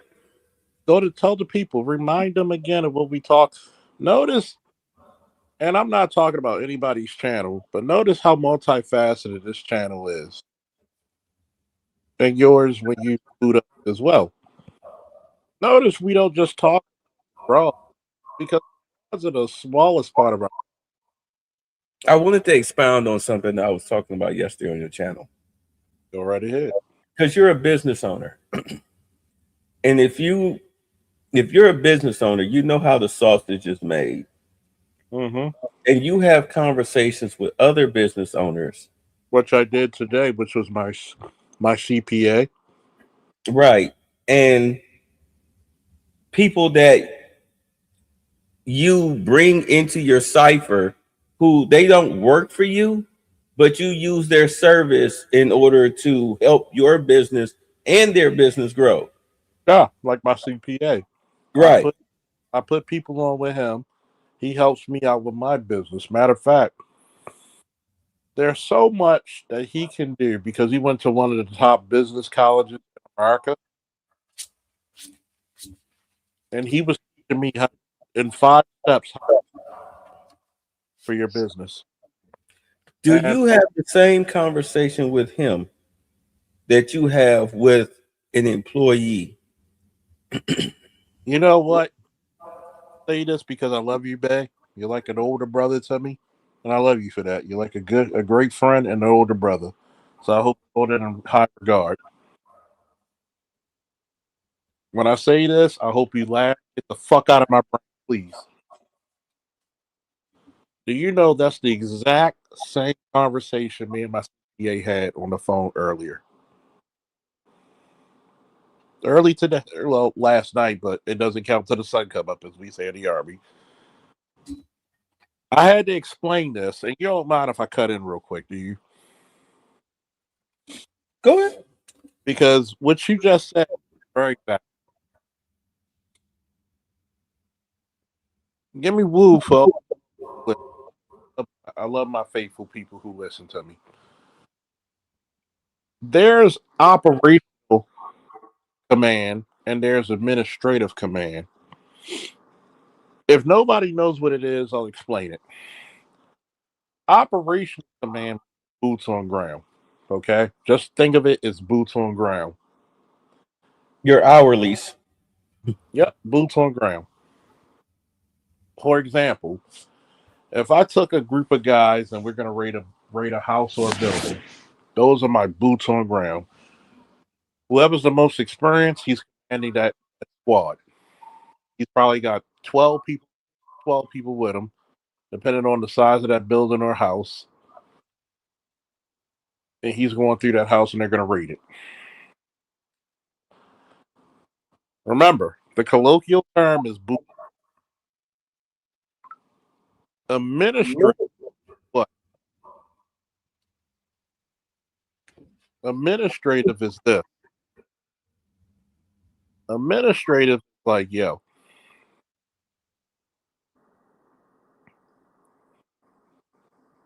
administrative is the eye in the sky.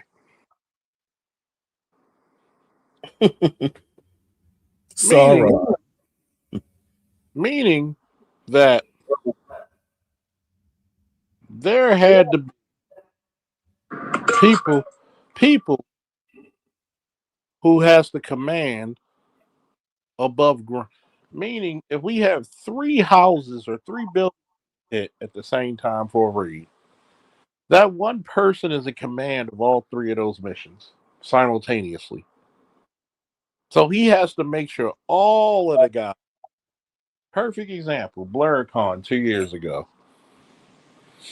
I had the young men who were armed.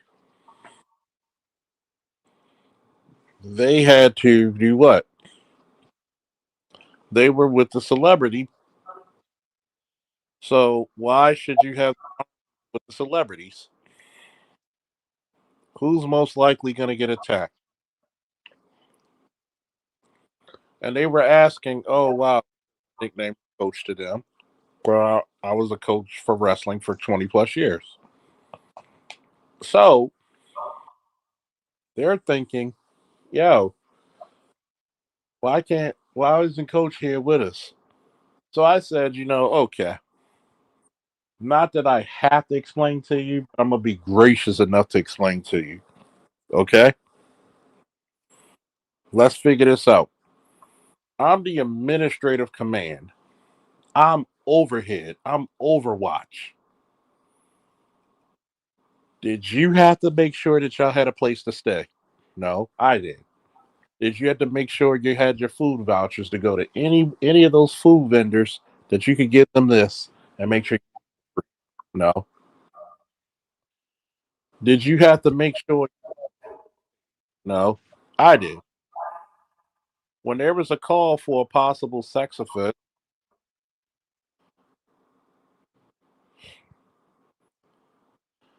did you have to go? No, you had to stay with the celebrities. When there was a girl who got roofied or possibly roofied, did you have to do it? No. So imagine what me and my second command had to do. We had to be in. I'm in charge of 10,000 people at the right. I'm the guy who has to plan. What if we have an active threat? Correct? Correct, Ben? Yeah. Why did I make sure at various times you have two walk outside from the food court back to the front and walk back and forth for about 30 good minutes? Where's most likely that threat to take place?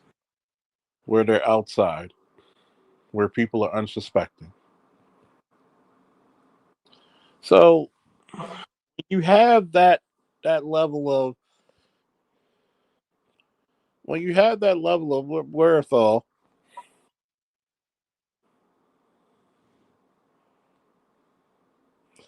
you have to understand, like a young man, not because I was upset with him, but I had to educate him because he was talking out of ignorance. You got to see the total picture. You get just a puzzle piece. You might get five puzzle pieces. I got the total picture because when y'all fail, it's not your mind,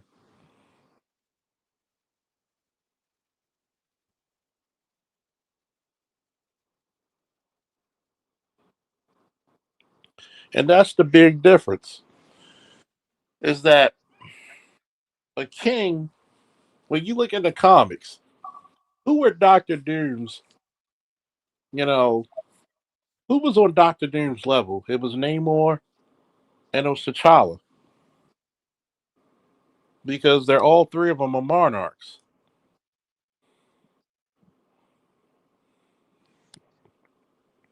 Does that make sense? Yeah. They were rulers. They were rulers. So guess what? Only even in the story now that I'm writing, could my main character relate to certain high level people? Yeah, because they're on the same level.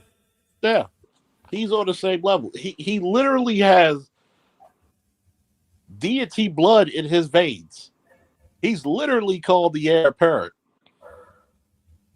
He's literally commanding people on a ship as a vigilante and as a mercenary. So when we look at command, what are the two things I say black men are not used to? Freedom and power. Would you? You broke up. I was gonna say, do you agree that the two things I always say black men are not used to are freedom and power? Would you agree? Yes. Most of you do not even understand what the word opinion means.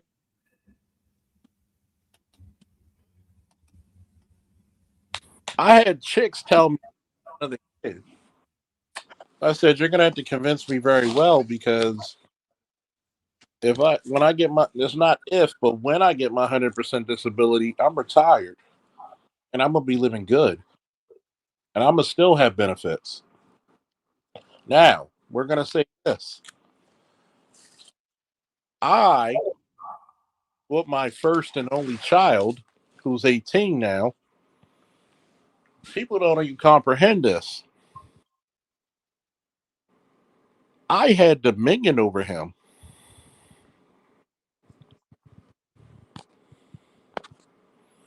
Don't worry, Ray. I'm gonna send it.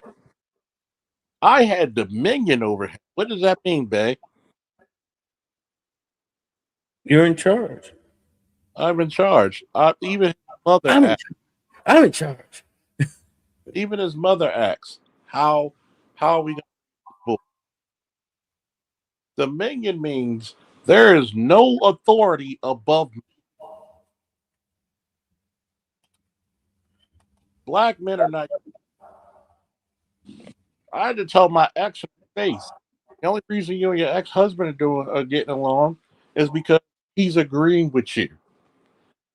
What happens if he says, no, "I want my son to do this, and I want him to be raised this way"? What would you say? Well, Woo! I'm sorry. Go ahead. I know. I said, you're not used to men who have dominion over their space and their children.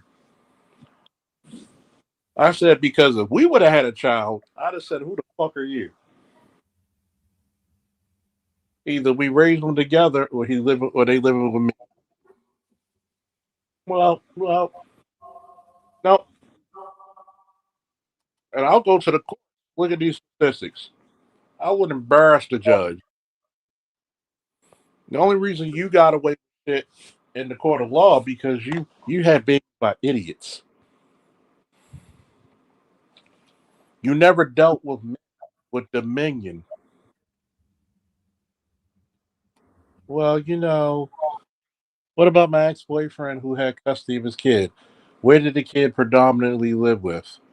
Because dude lived at your house. My kid lived with me.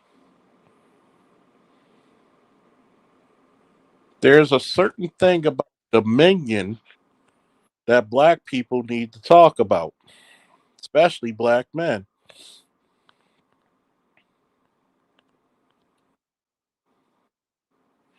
And what does most of my story talk about? Restraint and dominion. Have you noticed that theme always recurs? Yes, And that was purposely put there because when you felt the character, you probably saw a bit of yourself, didn't you? you broke up. You say when I When saw you the character. read the character, you felt a little bit of him in yourself, didn't you? Well, yeah. I mean, you can always, depending on how you read the story, you either find somebody with some traits that you have or traits that somebody else has. Mm-hmm. And the part that his teammates keep him grounded. And when you hear the story of how he was raised, which is both comical and also stern, I was with my coach. That's how I was with my father and my grandfather. So when you bring back masculine principle, notice what type of man came about it. It came about you didn't know never had this. He never had this thing on his shoulder where I got to be the toughest. No, he actually tamped himself down because he just wanted to be in the shadows. He wanted to be chills. But every time you heard of a part of the story when people challenged him, it got ugly for that person. And even when he talked to them, he's like, "Look, we're not going to do this. Have a drink." And this is what happens, black men, because you're raised by mama. One of them, I remember years ago. This has to be 13 years ago now. Black men, a black dude on Facebook said, "My mama taught me everything I need to know to be a man." She was in the army. I said, "Tell me how much experience does your mother know about being a man?" Go with pissing standing up in a toilet. Tell me. By the way, your mother She can tell you how a man feels, how by the he way, feels physically, but get him upset. I said, by the way, your mother didn't war because the women didn't fight in wars. Well, she told me she fought and she served, she didn't fight. And most times when you find women in the military, they're whores. They're fucking around. And how do they get over it? They probably fucking their commanding officer or their fucking first sergeant or their fucking platoon sergeant. especially if they're a little bit pretty.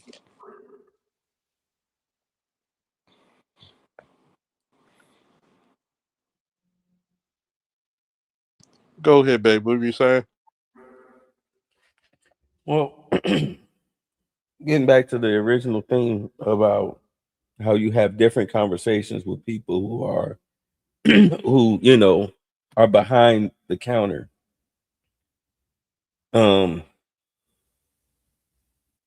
I try to have when I do my show whatnot, when I do my broadcast, and when I like come on your panel and everything, I try to have those conversations with y'all. You understand what I'm saying?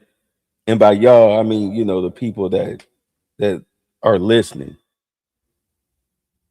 And I don't think black people are used to, especially black men, are used to having other men have that type of conversation with them because I think what it is, we have this collective situation where we're used to being talked at and not talked to. Am I making sense here? Because when somebody's talking at you, they're scolding you. Just like when Hakeem Jeffrey said, we've been lecturing you and lecturing you. Nigga, you don't lecture me. You're not my father. You're not a pastor. You a bitch. You a democratic whore. They lecture you, and then you turn around and lecture us, so that way you feel empowered. Them white people, Nancy Pelosi and Chuck Schumer, they got you by your short and curlies. You yes master them, and then you turn around and try to okay, we've all worked a job where you got that one supervisor that's a bitch. You know what I'm saying? Hello. Yes, I hear you. Yeah, We, no, I'm just making sure I was still here. You uh, you we, got you got that one supervisor that's a bitch, and he be getting punked. Other supervisors like the GM or something. They punk this dude. This motherfucker, he's an ass kisser. He's a proctor from what's them comedy movies? Police Academy. Yeah, he's Proctor from Police Academy. So what it is, we have too many proctors and people that are under a proctor. You know what I'm saying? I mean, do understand that nobody respects a proctor. All right, nobody respects them, but they do respect Tackleberry. They respect uh T'Challa. They respect, put like this, men who have no problems standing on their own too and not giving a fuck what you got to say about it. Those men get respect. And unfortunately, in the BC, a lot of those dudes are, they Pookies, Ray Rays, thug, Felantonios, thug Titians, all of that shit. You know what I'm saying? Thuggos or whatever. I don't mean thug Titian because he was a good dude. Because they're their dudes because they make their own rules. But the problem is that when it comes to intelligence and men who stand on their own too, it's still a clique. It's still like a hierarchy, almost like a clan. Do you understand? We're not a monolith. We come in all different shades of gray, from black to white, all different shades of gray. You get in where you fit in. You not no street dude, so you don't hang with street dudes. You not a Fortune 500 dude. You can't hang with the Fortune 500 dudes. You understand? You got to stay in your lane. But in your lane, if you standing on your own too, being your own fucking man, people can't. They have no choice but to respect it. Those who understand your position. Now they don't have to like you. They don't have to like you. They can hate your fucking guts. But at least they understand where you coming from. They'll even work with you. If it's beneficial to them, they'll fuck with you for a hot minute. I mean, you know how it is. Too many chiefs, not enough Indians. Yep. Even though you looking at the other dude like, motherfucker, you're an Indian to me. But he looking at you the same way. Y'all looking at each other the same way, even though one of you may have a stronger status or a better understanding of what the situation is than the other. But they don't want to hear what you say because they don't respect what you're talking about. They just want to hit this lick their way. This is how the fuck up comes into play. Yeah. It's like basically look at a person who, number one, doesn't understand the rules of engagement. Wait, hold Doesn't on. Close it out. It's good. just like Starscream and Megatron. Yeah. Starscream had the power, but Megatron got it. When Starscream had the power, nobody respected his ass. Remember that in the Transformers movie? Oh, what happened when he was what did he transform to? He transformed to Galvatron. and what did he do? He killed his First ass thing he did was he killed Starscream. But nobody respected Starscream. because he wasn't willing to go into the depths of dirt that Megatron was. He's an Indian. He's fucking Proctor. You give Proctor power, you get Starscream. You give Proctor power, you get Cobra Commander. You don't get Serpentor. Well, let's see if He-Man gets some respect when he gets his power. I Well, don't even think anybody's gonna watch that shit. you got to think about it. Canonically, Prince Adam is heavily respected.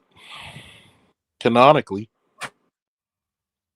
because what did he say? Even in the Netflix, the one thing he had to respect for was making the power return. He knew the power was to be utilized and given back to the universe. That's the reason why, when it comes to esoteric and spiritual knowledge, a lot of men, because they're not mad, don't understand the story. Why do you think so many men at first, till I told them, they had an issue with Wonder Man? Oh, Wonder you Man, mean this black one? yeah. Wonder Man told a wonderful story about a black man going through his issues and his triumphs. You had a brother who shitted on him instead of supporting him.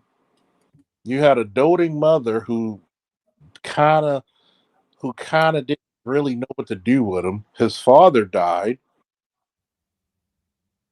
but his father, when he was living, said, "You're going to be a star." The He was one, lost.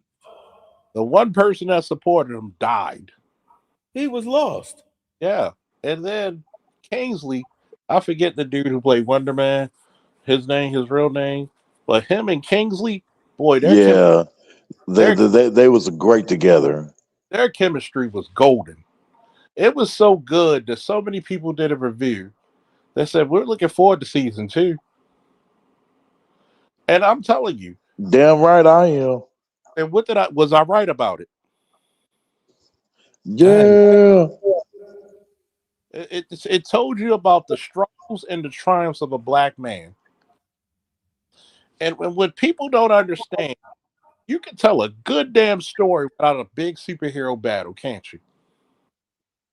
You didn't see a big boss fight, did you? But you saw a man triumph, and you saw the difference in his confidence, a difference in his je ne sais quoi.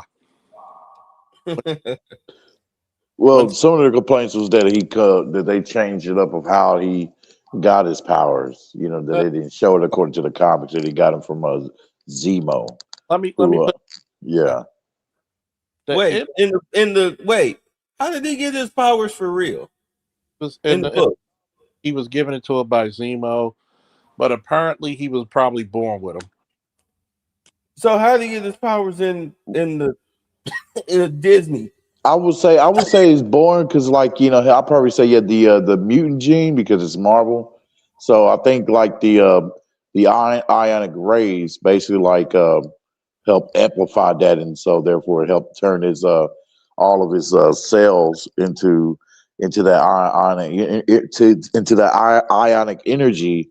So therefore he's nothing but just made of pure energy now. So the only way to defeat him would be to, like, erase, take his consciousness, separate his consciousness from that energy, and then suck away the energy, or somehow, I don't know, but So in other words, lock him up in a whole house. You can't, because you can't destroy energy, so he's functionally immortal. I'm being funny. so I'm like, so they made him, like, the most powerful character in Marvel He's aside probably from Scarlet Witch and them. he's probably She-Hulk, get in there. more powerful than Scarlet Witch because he's pure energy. You can't destroy pure energy. So you got to realize it. It took somebody that looked at themselves and saw him, and notice Kingsley character. He said, "I'm going to do something right for the first time." You saw two different. Yep. If you notice something, you saw two redemption arcs at the same time. Hmm. When people question me, even Dr. T, about this is the best series, that this is one of the best series Disney Plus, not just Marvel, but Disney Plus made, I said that's because most people don't know stories. And Ben Kingsley was like his anchor too. You know what I mean? Which is awesome. His And girl, yeah, he went back for Kingsley because he knew Kingsley was actually, a true friend to him. But it was just that he was used and pressured by the Department of Damage Control. yeah, and damage control is corrupt. Damage control has always been corrupt. Oh yeah, if you read the comics, damage control is. Yeah. And And, because in the Ultimate Universe, that's how what's the name? The Wrecking Crew. yeah, Yeah, through damage control. and I said, people don't forget this. People forget this one tidbit. The MCU is its own universe. It's not Marvel 616. Marvel 616 is the main one, but it's based off of it, but it's its own few different things. I had to do that with the MCU. I was Mhm. like, this is the offshoot of the Marvel universe. It's the offshoot of the Ultimate Universe. Yeah, it's an offshoot. Yeah. Like, for example, Batman 66 and Wonder Woman 77 or 70, whatever the fuck it came out. Those are two separate universes. Superman 70, what is it, 79 or 80? It's his own universe. Yeah, I think this is a whole nother universe too, with this whole DCKO tournament. Man, it has Homelander fighting off Superman. I'm like, okay, the dude from Variant Comics, he's like, yeah, man, I know everybody, is going to be a little bit upset about that, about Superman's eye beam. Him talking about how Homelander's beam is matching his eye beam. Everybody's pissed off about that because they're like, yeah, no, he's What's wrong? Superman's more powerful than Homelander. So I'm rocking with that too. Yeah, he is obviously, Yeah, but they had to nerf him though in order to make it a decent little tug of war. I hate about Yeah. Or else he would look like who was that old dude that beat his son almost to death everybody. in Invincible. What was his father's name? Omni Man. Yeah, Yeah, it would look like Omni Man versus Mark. I mean, I let's mean, be honest. you got to think about it, right? Who said his heat vision didn't match his in the first place? Who said it didn't? Superman holds A back. lot of the hardcore fans. Disney or Disney or Image or I forget who creates I think it might have been, but I forget who creates the boys. Right. But So let's be honest, Superman holds back. Superman don't just go 100. all the time. He measures your strength. But He measures your strength. He lets you get some licks in so he can see whether or not, you know, how much. 30%. Pack. There you go. Sit your ass down. because guess what?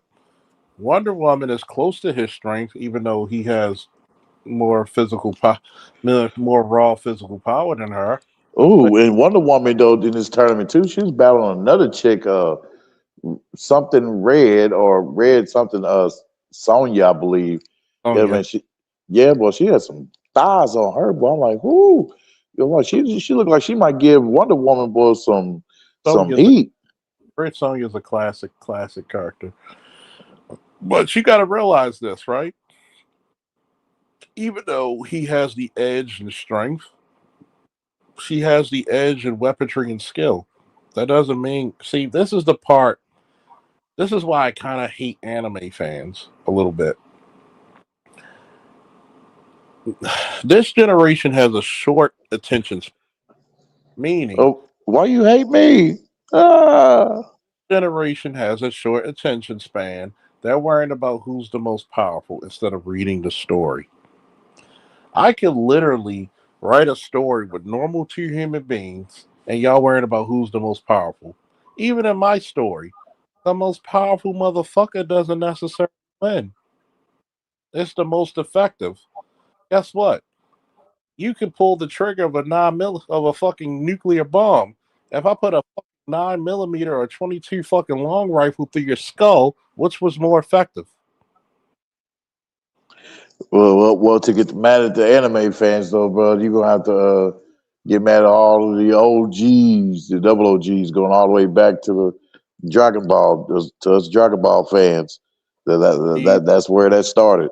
the double E's go back for anime, go back to fucking Astro Boy and Gigantor. Okay. Like So I'm talking about, like when it comes to the power scaling, like that's where that let's talk started. about Dragon Ball. Dragon Ball doesn't have a real story. It's just scuffing and MacGuffin. It's like it used to be. If you go to the original Dragon Ball, it used to be what? I need a Dragon Ball, make a wish, whatever the fuck you need to do. You're gonna have some fights. You're gonna meet some people. You're gonna do some world building. Hey, Now, hey, I gotta get some sleep. I'm falling asleep in the chair. I'll talk to y'all later. all right, later, man. All right, y'all be All right, safe. bro. You too, bro. But this is the point that I'm making. You got to realize that a lot of anime fans don't read stories. Why? Because it's about like One Punch. Like a lot of anime fans don't get that One Punch fan is a joke. It's a comedy show. They complain about Superman being so powerful, but they don't say shit about Goku teleporting. Wait a minute. You said One Punch Man is a what? Your mic scuffled a little bit. He's a comedy character.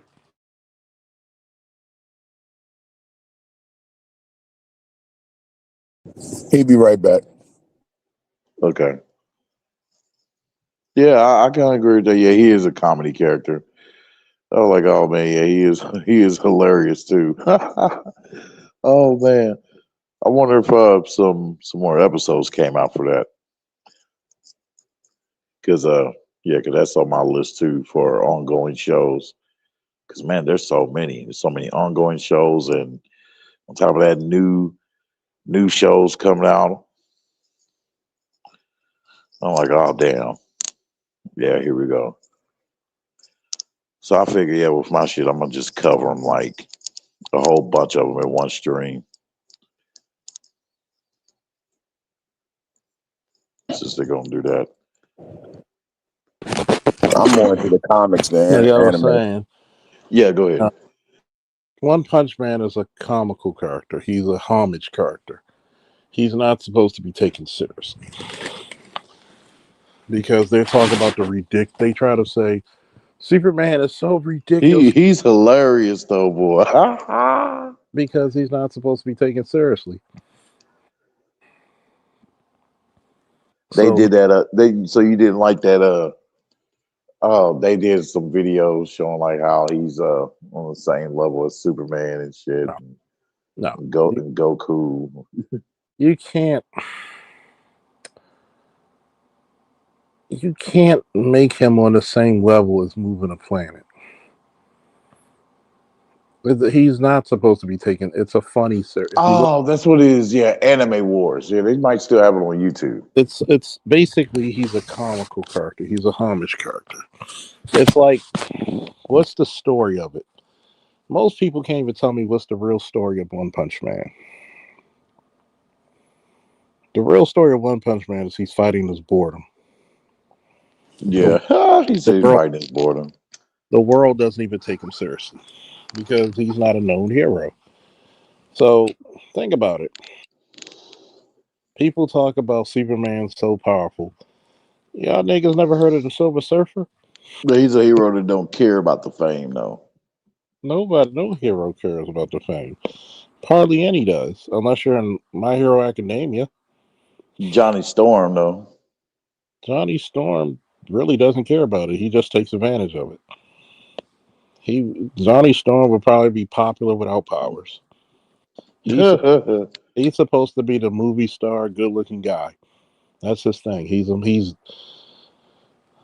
He doesn't get bitches because he's a member of the Fantastic Four. He gets bitches because he looks good, he's in shape, and he's charming. You never seen an ugly guy play Johnny Storm, have you?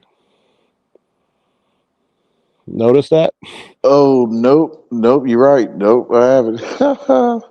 That's his claim to fame. He's He meant to be like another playboy, huh? playboy. So he's not gonna. He would have got bitches without powers anyway. Come on, how many of them motherfuckers they like having these playboys in there? Do you think that's a tool that they use to draw on the females? No, because if a female's gonna read them, they're gonna read them. She actually likes the medium. It's more for men. Well, you gotta Comic understand books something. have Most of your always been heroes are male not centered. playboys. There's only like maybe Green Arrow, Batman sometimes, Johnny Storm. Oh, I mean, Mm. who Can else you is a hear me? playboy? You don't have too many Yeah, playboys. I can hear you. Okay. ABM. Let me go back out because I can't hear him. Yeah, I can I can hear you good. But what you said, ABM? No, I said comic books is always male centered. They don't put characters in the comics for chicks. I mean, yeah, like I'll say that, yeah, but I don't know, like maybe they give out this image, like this Playboy image, so much like they're trying to tell guys, like, hey, the young guys, like, hey, it's cool to be a Playboy type of thing, like, or they may have added that element in there of that Playboy element in there to attract also possible female viewers. Females don't read comics for the same. They don't even read the same comics. It's like, for example, who like comics, most of them, most of the females who read anime, they read anime. Like, if you look at Rennie Goddess, her favorite anime is probably going to be, she reads Berserk. But exactly, Berserk is not what normal females read. She actually had to legitimately like that dark shit. She loves One Piece and shit like that. But most heroes are not playboys. Most heroes are supposed to blend. You take the mask off or the suit off, they blend in with regular people. Johnny Storm is like Johnny Storm would have been a 100 octane male by looks alone. Okay, so either Chris Evans or Michael B. Jordan, who played Johnny Storm, they're not men by looks alone. So they're not. He's not a normal looking guy. He'd have been captain of your football team, banging all the bitches you jerk off. So basically, you saying Michael B. Jordan did he didn't look right for that role. No, he was exactly right for that role. He's How many bitches you think would sleep with Michael B. Do Michael B. Jordan sleep with ordinary women? I thought you was He, talking about like in the comparison like between him and Chris Evans that basically the Chris Evans was a more no, fitting role for Johnny no, Storm. they both were. No matter what universe you created them, Johnny Storm is not. Ben Grimm is like the blue collar guy. Okay, Ben Grimm is the blue collar guy. He's like that grizzled cop. He's that truck driver. He's that electrician. He's that plumber. He's that blue collar. Even though Ben Grimm is an officer in the Air Force. I've never even seen the one with Michael B. Jordan. No, I heard about it, and I heard a lot of people don't like that particular Fantastic Dude, Four. I remember I rented that shit out of Redbox. I don't think I made it past 10 minutes. Yeah, The one with Michael B. Jordan, because a lot of people said Yeah. they didn't like that one. I remember my son saying he liked it, but I couldn't get past the first 10 minutes. I said, nah. he liked it because he probably didn't know the Fantastic Four story, and Truthfully, the one with Chris Evans wasn't bad at all. Them two. Those no, two wasn't bad.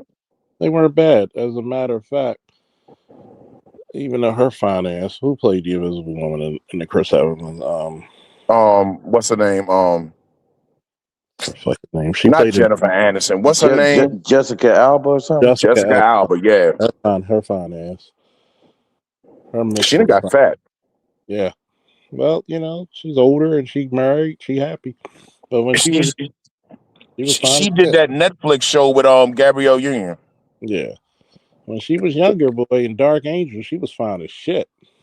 That was my shit. Yeah, she was up there. She was an A-lister for a minute. Yeah, she was fine bitch when she was up. And She was up there. I'm gonna tell you one thing. That show Dark Angel should have lasted 5 seasons or 6. That was actually a good show.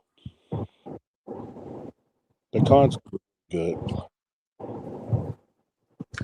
But when you Dark look Angel, at that sounds familiar. when you look at certain people, notice Spider-Man is never played by super tall guys. Why? Spider-Man's no taller than 5'7" to 5'10". Especially in his early days, he was a teenager, like 14, 15 years old. He was 5'5", 10, 5'8". Compared to like Captain America, who's like 6'3", 6'4". Once he takes the super soldier. I'm tired of Spider-Man being nerdy. Well, that's part of his core.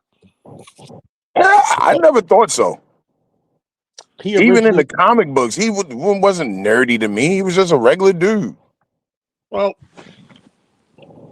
pound for pound, he's probably smarter than Tony Stark and Reed Richards. And this is No. why. How This is is that? When Reed Richards don't he turns into the Maker? the ultimate version. Reed Richards is technically the smartest man in the Marvel universe. He is, but remember, Reed Richards has a lot of resources. Spider-Man made the motherfucking web shooters in his fucking aunt's basement. That motherfucker, if you can make web shooters in your aunt's basement and you don't have anywhere near the resources of Richard, you up there. I'll say Tony Stark is on the level of Reed Richards, close to it. No. Tony Stark is up there, but he's not because you got to understand. Reed Richards, he fucks with time and space and shit. Yeah. So he's like a level above Tony Stark. But Tony Stark is up there. You got to think. This is how it works. Overall IQ is Reed But Richards. could he build a suit though out of scraps like Tony did though? Put it to you this way. I'm going to explain it. Overall, the only person fucking with Reed Richards is really two people. T'Challa. Reed Richards built open up different dimensions, dude. Fuck a suit. I mean, you got to look at it, right? Spider-Man's a natural genius. Take away his spider powers, he's a genius. He could have built those web shooters without his powers. Remember, he's a fucking nerdy kid from Queens who got spider powers. He's like, imagine a Steve Irwin who got superpowers.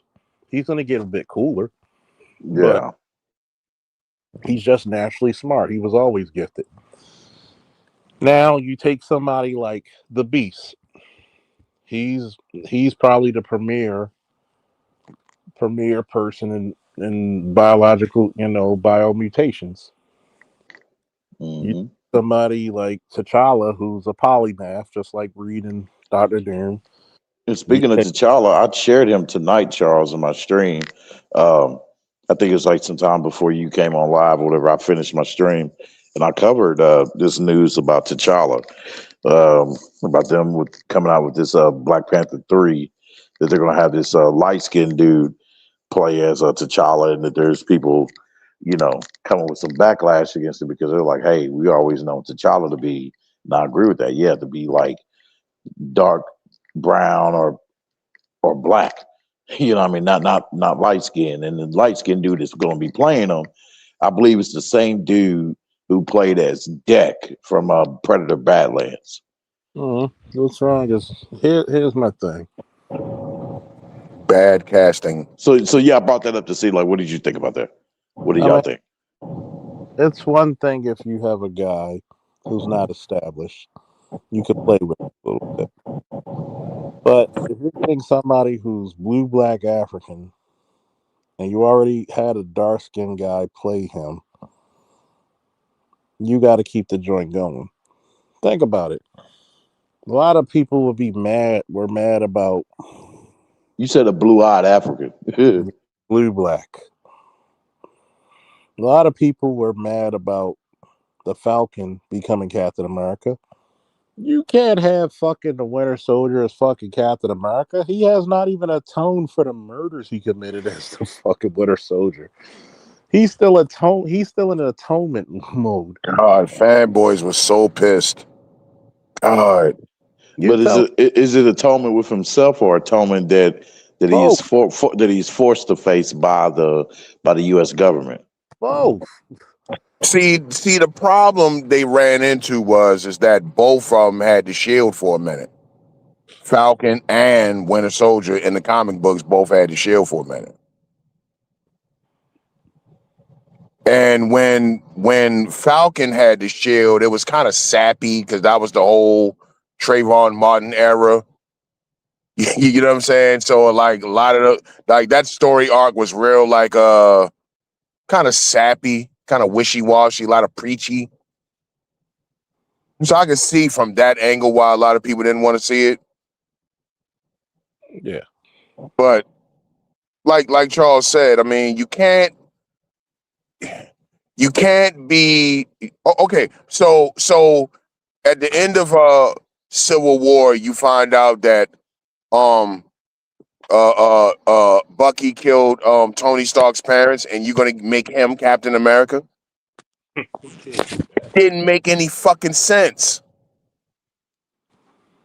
No. So it was only right to give the shield to Falcon.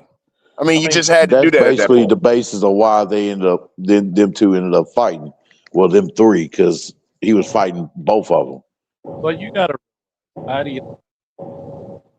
fucking fucking Falcon was a Bucky, he was yeah, protecting Bucky. That's why no, he got into it with Tony.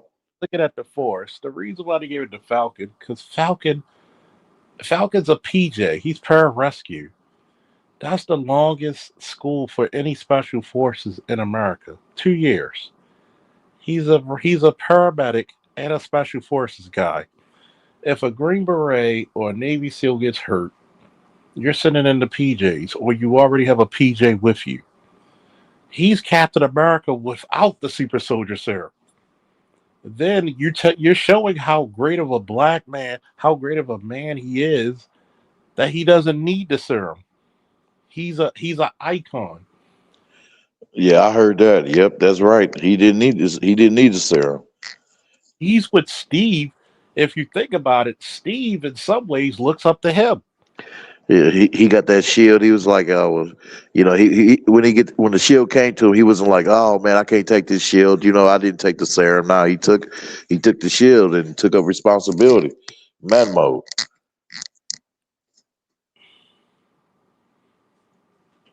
But you got to realize is that what can't you say bad about the Falcon?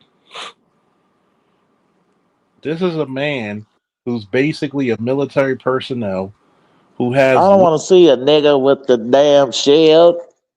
he basically has the stars and stripes on his body. He's as skilled as any Avenger, if not more. Who's more skilled than him? Really? And I'm not, and I don't have the crutch of a super soldier serum. Did you notice in his movie how respected he was by the SEALs? Yep, yep. But the thing is, though, they didn't care. They was like, "Oh no, well he's black. Yeah, he should be Captain America because he's black." The SEALs in the movie respected him greatly. If you're Captain America, you're heavily respected because there's not too many people carrying that. He's still considered Captain America. There are two Captain Americas in the Marvel universe right now. It is Sam Wilson and Steve Rogers. They're both Captain America. So if white boys are upset, get over it. It's just like when Mr. Terrific's the smartest man in the DC universe. Get over it. He's always been that smart. Mm. Even Batman says he's that smart. Who's the best fighter in the DC universe? You put a fucking axe, spear, shield, or a fucking sword in Wonder Woman's hand or a lasso, she's fucking everybody up. Even without her powers. You do know a good while in the 70s, she didn't have powers. She was basically like a super spy. And she was fucking people up. So people don't even know. That's another thing when it comes to anime. Anime is privy because a lot of people don't have to read the history. They don't have to go research back. Because most of your animes are like what? 10, 20, 30 years old. Superman goes back to 1938. Wonder Woman 1941. He said Superman goes back to 1938, motherfuckers. And goes back to 1940. Okay? I'm older than most Dragon Ball Ooh, so people read. Superman is the OG to Goku then. So therefore, we say Goku came from Popeye been on Superman. Popeye been on since the 20s. Doc Strange came out since the 20s. The Phantom. Like a lot of motherfuckers don't research because they're always saying, I'm a fan of the most powerful. You know why? This generation reminds me, instead of being a fan of a team, they're the fan of a player. Wherever LeBron going, I'm gonna go. And that's where that shit started, by the way. You're supposed to be a fan of your team, win, lose, or draw. So you're gonna see, even if the Ravens have a bad season, I'm still wearing purple and black. Basically, bandwagon. Yeah, that's what they do. Goku's more powerful because Goku, nigga, Superman's a boring character. Okay, tell me what comic did you read of Superman that was born? You know there's going to be a continuous versus of that since now. Motherfuckers a show where Goku he's not on the shelf. You know he's out. He's coming back with this Galactic Patrol, Dragon Ball Super, and they still going on with Superman with this absolute Superman business. Yeah, Well, Absolute Superman's a different universe. So here's my thing: when you look at Goku, right? Everybody thinks Goku is the guy that everybody wants to be. Goku would actually look down upon people, especially Americans. Most of you are fat and lazy and won't work out. What does Goku have in common with the average anime fan? Let's think about that. no, you didn't. He would look down on you. You would not be able to relate. But Superman would treat you like what?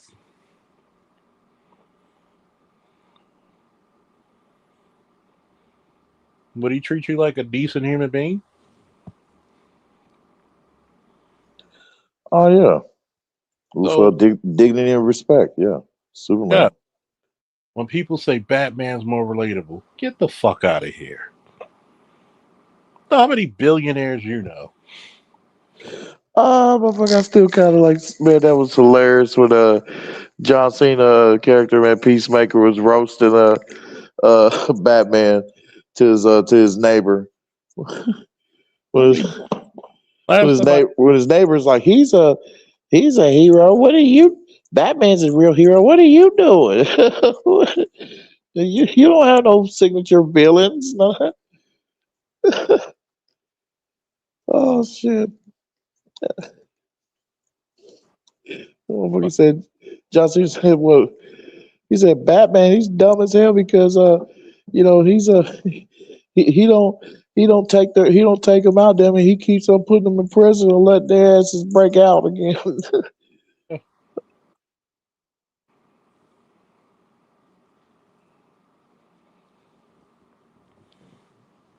hmm.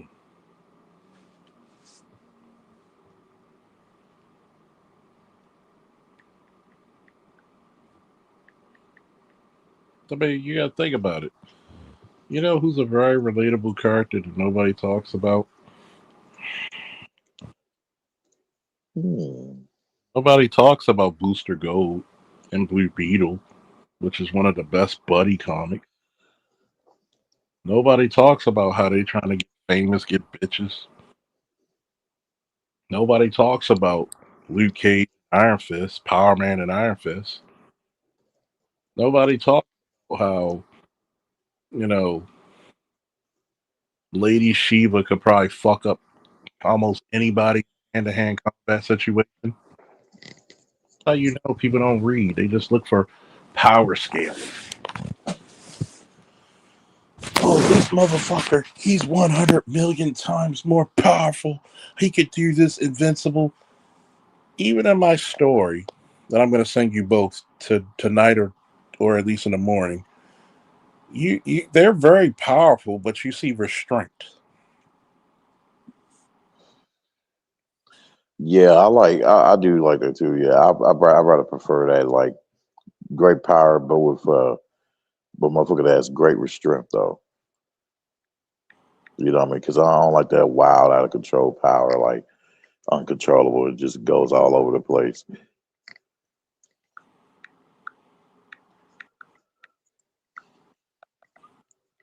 Because when you think about it,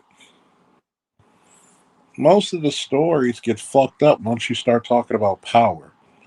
You don't talk about the drive. You don't talk about how this person got to this level. You talk about power. This is something that characters like Superman inspired boys, just like Goku inspired boys to work out and do martial arts. Superman inspired you to be a good person, Mm, to you're lift weight, right. hardy, to be what did we say, ABM? What does the man of steel represent? Durable, reliable, dependable, Resilient, sturdy, dependable. sturdy. You know, that's what Superman represented for all boys growing up. Ooh, and your key thing is what you're saying is not a lot of these characters inspire like that, like Superman and Goku. That's what Goku did. He inspired people to be what? Resilient, sturdy, Hmm. reliable, martial arts, box, wrestle, whatever. Those are the characters that inspire. That's why they are called what? They're called ideological characters. Goku's an ideological character. Most people can't tell you why he told Gohan to fight Cell. And they Yeah, and call it's him. not just power too. Yeah, it's abilities too as well. Well, that's kind No, of it's synonymous with the each fact, other. it's the fact of the matter that it's the fact of the matter that most people don't understand what that meant. And I can tell you The people who didn't understand, they had one thing in common: they never were fathers. You know why he made him fight Cell? What happens if? What did I tell you about the? This is the full circle. Everybody, put your fucking finger in the air, make a circle, full circle conversation, because it's gonna go back to a point we said earlier. Who the fuck's gonna protect the planet if I'm dead? Woo. Nigga, you gotta step up. You're not a kid anymore. Yeah, Nigga, that's right. who's the heir apparent? Who's the heir apparent? Who's gonna run the family? Who's gonna protect? Because because if he didn't fight, because if he didn't fall Cell, then he wouldn't have rose up to to a higher level to where he reached. How many years of peace? It was about 7 to 10 years of peace. About 7, 8 of peace after Cell. So he did a good damn job of keeping peace. So think about it. He made sure his son could prepare not only for his father's death, but to what? Defend the peace. What did Superman do for Jonathan Kent? Prepare him in case I'm incapacitated. That's the part that people never got because a lot of people who watch this shit are not fathers yet. They didn't get it till they became fathers and they're like, oh.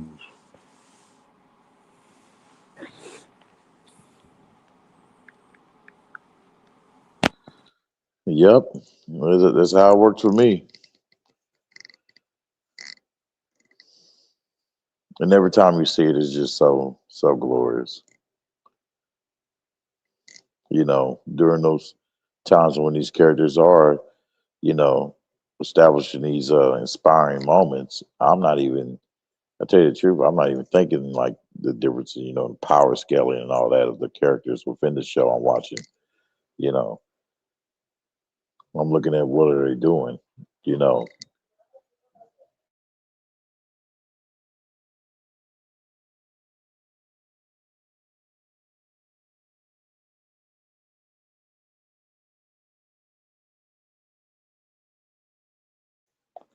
Y'all still there? You were mute.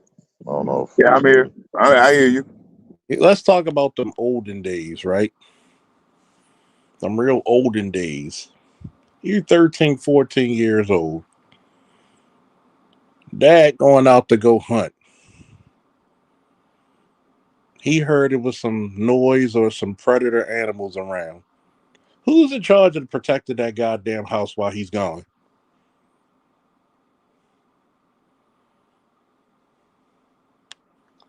The son. If you're not out there with your dad, who's in charge of protecting that goddamn house? Yeah, the son. Hopefully y'all heard. Community, when is the son in charge of protecting the house? Would say that question again? Who's in charge of protecting the house of the black community? Oh yeah, the black man. And how many women will get up? I will have women argue me to this day and talk about a man's role. A real man would do this. I said, well, wait a minute, motherfucker. A real woman will listen to their man first. So if a motherfucker came into the house and we knocked out on the couch, who's gonna go answer that shit? And it's not your son, or it's in my house. Well, I'm a single woman. I said for a motherfucking school teacher, you do not comprehend very well, do you? Who is gonna go check it? Well, you then act like it then. So let me ask you this question. Hold on, Charles. Okay. See, again, we run into this conundrum. A real man is supposed to do X, Y, Z. What does it matter when there's no man in the house? Exactamundo. You bitches don't want men in the house. Mm-hmm. You want child support. You want alimony. You want free shit from the state. Mm-hmm. So you're asking a valid question when you're asking who's responsible for the house? Okay, so daddy's not there, right? Baby daddy's not there. So that's just nothing but a woman and the kids? Yeah. And I asked this to the question to even the woman. Why charge of that house? Because obviously you job keeping a man there who Go could. back. Go back. You was breaking up a little bit. I said, why isn't your son in charge of that house? Am I lying? Why isn't at some point? Hey, Because oftentimes the fucking daughter is going to be in charge thank you. because you want to emasculate your fucking son. Is that daughter gonna fight to the death to protect everybody in that house? Nope. And when shit hits the fan, they're gonna regret that they feminized the boy. Isn't it a nature of a woman to fight to the death? No, Nope. But a lot of them will argue against you on it. that ain't fighting to the death, is it?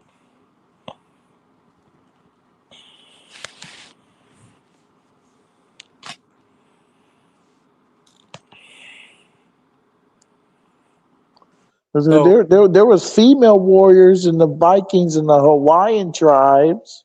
mm, there were female warriors in the Dahomey tribe, and guess what? The French fucking slaughtered their asses. The Dora Milaje is a myth. When men have a set of Yep. roots that scares women. Do I need to say that again? Oh yeah, you did because you did broke up. Men have a level of ruthlessness that scares the shit out of women.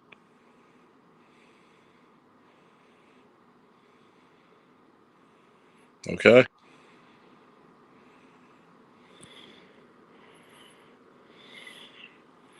It is so scary how ruthless a man can get. That in order, notice we do, how come we don't have women in the special? How come we don't have an all female special forces unit? Hey, what's up, Loss? If you want to come up, that's the link. But I know you're probably doing Uber if you're up this late. Notice we don't have a female special forces unit. Why? Have you noticed the way how women are shaped from an anatomically correct profile? For all you artists, and Art New Style could probably explain it better than me, but I'm a natural artist. He's a natural artist, but he's also formally trained, so he steps leagues further than I am. So, number one, a female has a longer neck typically than a male, right? We have a broader neck, we have broader shoulders. Females usually have what? Wider hips. Why do females have wider hips? Childbirth. Childbearing. Yeah, yeah. Why do males have broader shoulders? For lifting and carrying and for power. So, even if you go by a militaristic standard, let's say Ranger School, where you got to carry your pack, because she has more narrower fucking shoulders, she's not going to be able to carry that pack for very long. And when you have a gun belt on, what did you notice about female officers? They talk about how painful it is because their hips are wide. So there's anatomically correct reasons why this shit happens. So when you think about it, when you have those wide hips, it's not a lot. You can't really carry a lot. You have wide hips, so you could have a baby come through your fucking pelvis. So, Man, you seen that fight, man? That video, that dude, that one fat white dude, beating up on three females in that octagon. yeah. So when you look at this shit on a fundamental scale, there's a reason why you don't see lot of these females. You have breasts, and breasts are what? Fatty tissue. Men have a chest. A chest is usually muscle. So you're treating a fucking to that individual. It's it's like if a cat was as tall as you, house cat would be 4 times stronger, 4 to 5 times stronger than you. A fucking 700 pound lion can literally jump 15 feet in the air from a standing position. You can't compete with that type of fucking power. And there's differences in muscle texture as well. You have fast twitch and slow twitch. Slow twitch deals with the endurance, fast twitch deals with explosive power. Why do you think black people dominate sprinting and explosive fucking power? Like running backs, linebackers, wrestlers, boxers, that explosive kinetic power. Boom. But even still, even on the deep end, black people dominate in what? Long distance running. Well, I said, Charles, I was looking up videos of Ranger School. One of the things I could think was no way these chicks are carrying their rucksacks around for 60 plus days. Okay, should I go black pill again, fellas? All right, I'm going to go black pill again. Ranger School, you were known to lose 30 to 40 to 50 pounds because you only get like what, 2 MREs a day. So you're telling me, let's say this woman starts at 160 pounds. We'll give her, usually I start at 150, we'll give her 10 plus. In 90 days, she's doing all these fucking exercises, all this working out, and then she loses another 40 pounds. She's 120 and she's carrying a 60 pound to 80 pound rucksack for miles. Get completely the fuck out of here. And you're see, people don't understand. 125 pound man is a lot different on average than a 125 pound female. That's a different strokes. Especially if they're like college wrestlers. Why do you think they have a different fucking league for fucking female? You take a guy, think about it. These transgenders think they slick. They won't talk about the shit when number one, a lot of those people were like the top, were the bottom 600 of their fucking class, but they're number one facing females. But you still have females who are fighting, excuse my terminology, dick hard to keep transgenders in their sport who are kicking their ass.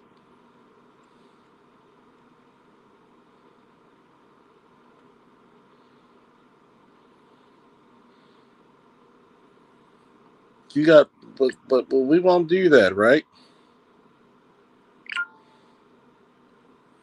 We won't talk about that, right?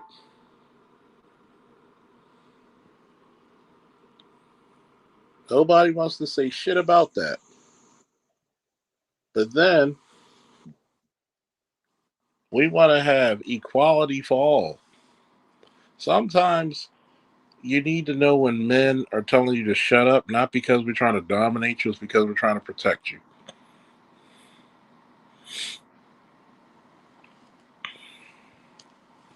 Because then you got 3 phases. You got the fucking jungle, the jungle course, the mountain course.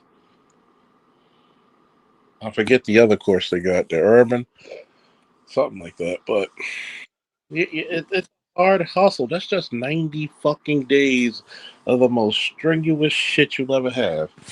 And that 90 days will break you in half. Mm.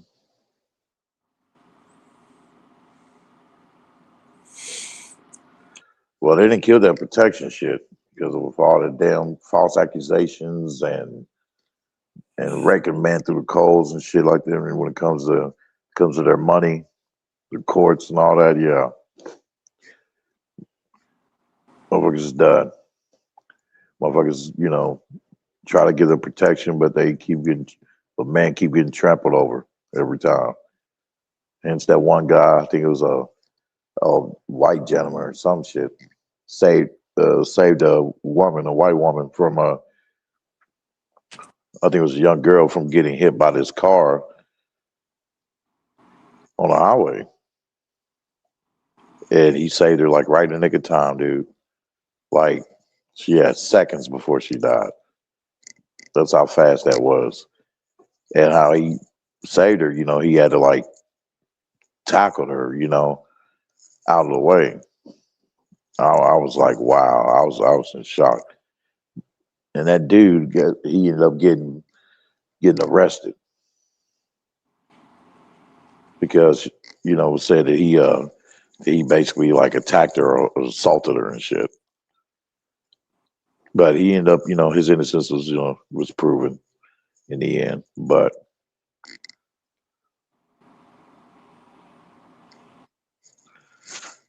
Oh yeah. yeah, By the way, I don't know if you heard that story, but yeah. yeah, the bone density. You're right, but you got to look at. See, the problem is with the world today that the black manosphere has been the number one thing we talked about was reality and consequence. The most recurring thing you hear in this space is reality and consequence. What did we say? When men say "fuck this shit, I'm out," the world stops spinning on its axis. When women say it, "Shut up, bitch," that's how the world looks at you. Huh.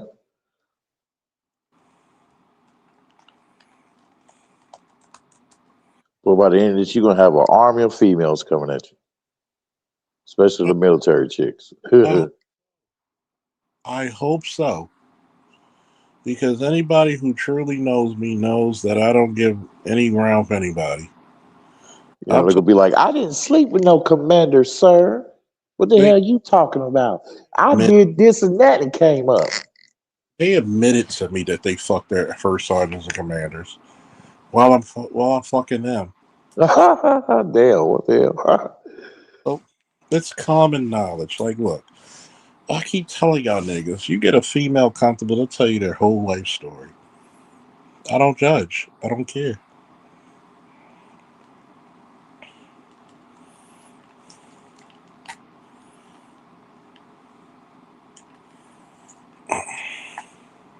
You like, bitch, as long as you perform right now, huh?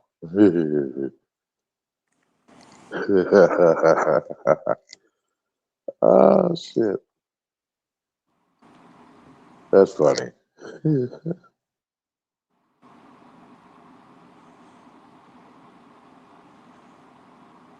So you gotta think. You gotta think about this.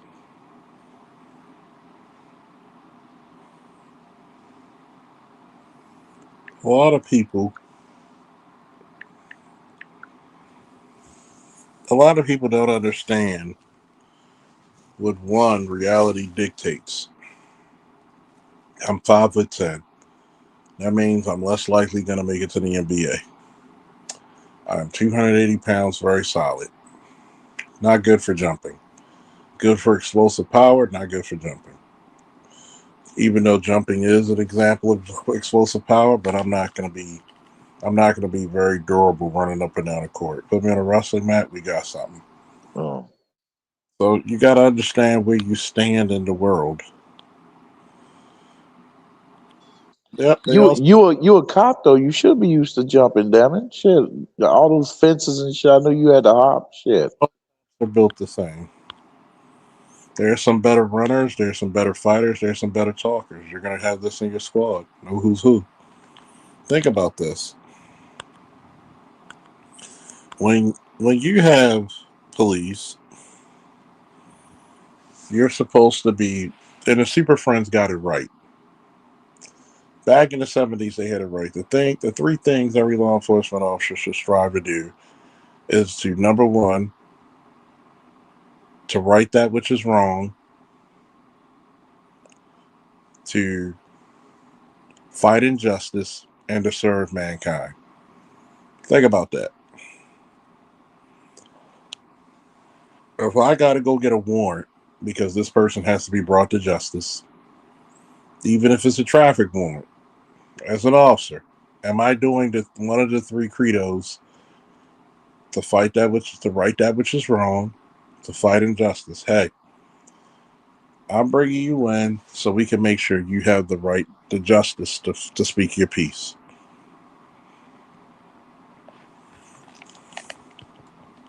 I'm helping you to justice because you could be in a different scenario, arguing with your baby mama. Warrant comes up and people have their shit, but people don't think about that. Why? Because people never been in those situations. The black people of America do not value anymore the wisdom of someone who's been there, done that. Ronnie Law said, have you ever looked in the face of age? Have you ever lent your ear to what an old man has to say? Because every generation of us lie. You're trying to live up to movie scenes more than once and twice. Okay?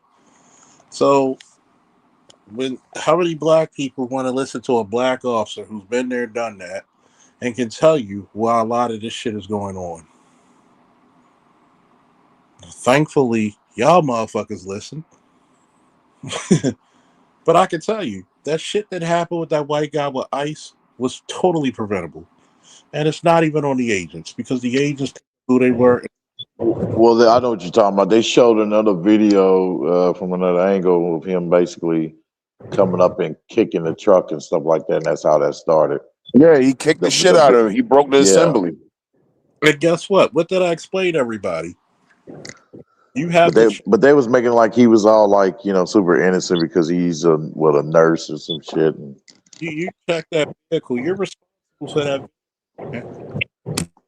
they said he was a nurse to help people. Guess what? You should know better. You're responsible for that fucking vehicle because that's you sign out for that vehicle. And guess what? You got to pay out of your check if you don't have a good reason why that vehicle has damage on it.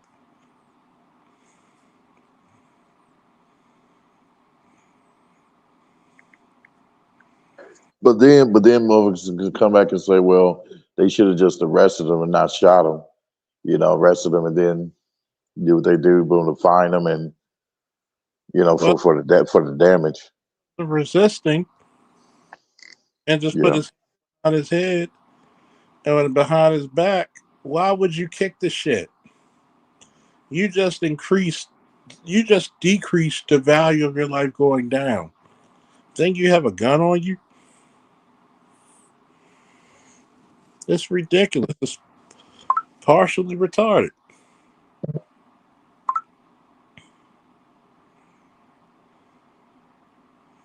It's retarded.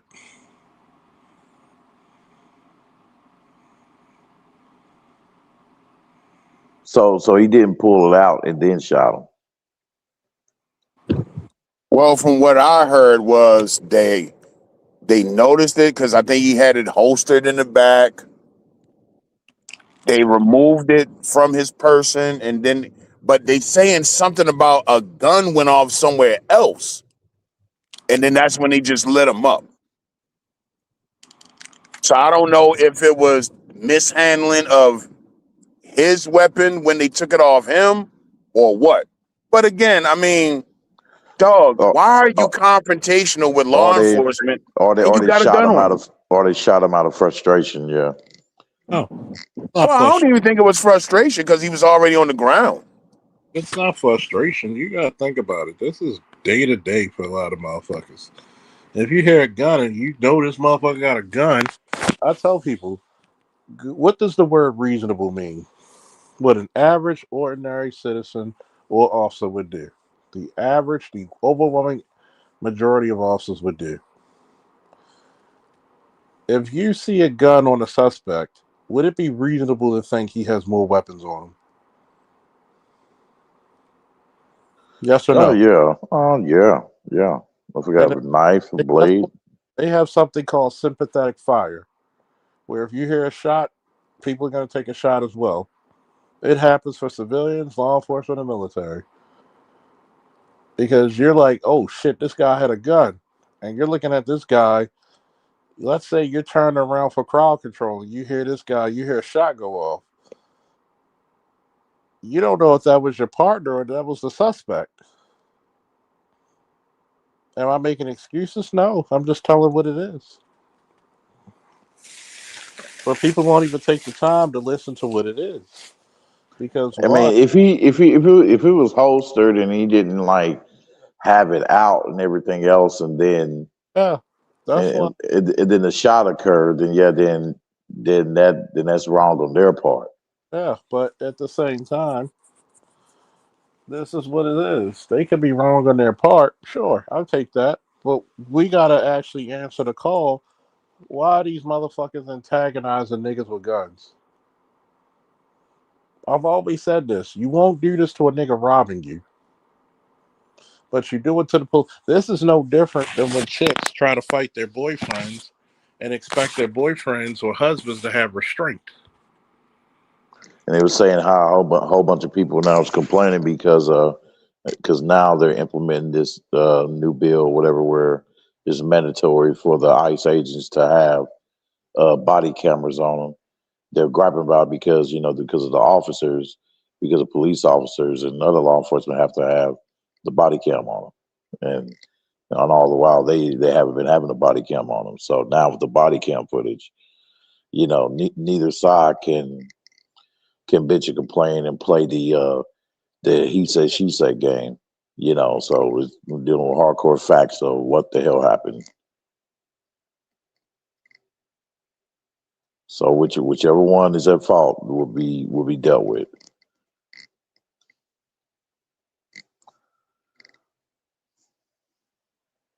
But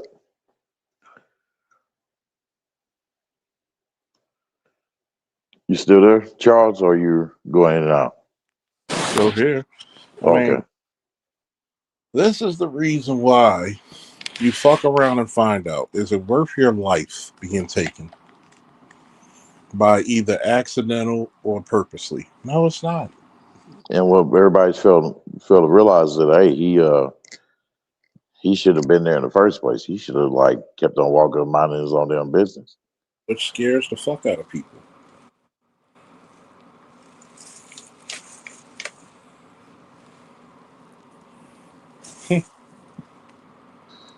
But I hear you though. So I And don't there's know.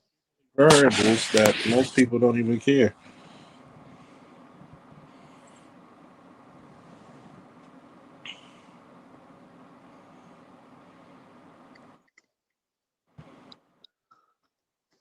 I think But these last 5 years really revealed who motherfuckers really are.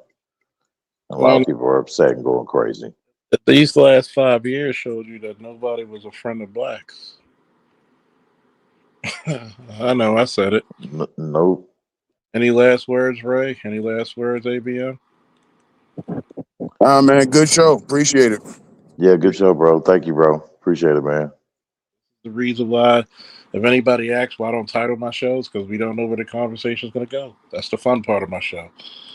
You know, and Yep. that's why I talk about many different subjects. But here, to end the show off on this one, look, black people, this ain't your fucking fight.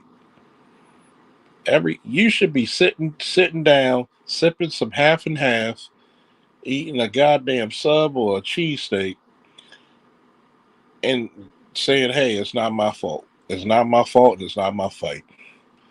Black people, you need to strategize. It's still early 2026. Strategize, team up with whoever you can, get some businesses started, get some training started, not only in firearms, but self defense, hand to hand, medical, learn some stocks, learn some trades, be a tutor to kids. And guess what? You need to start doing what I always said for years. If you don't command the land, the sea, and the air, military science dictate that you infiltrate the system and you take it over as yours from within. Every other place, every other immigrant has been doing it except you. And you're not even an immigrant. This is your system. Why not take it over? With that being said, whoo! Good afternoon, good morning, good night. And by the way, I'm going to Peace. put the body cam statement. The one thing we found out about body cams, it doesn't expose the police or the law enforcement. It exposes how ungodly the citizenry is. When you see body cams, you start seeing how wild the citizens are. And I love each and every time of it. Woo! Till next time, which will probably be tomorrow, we out.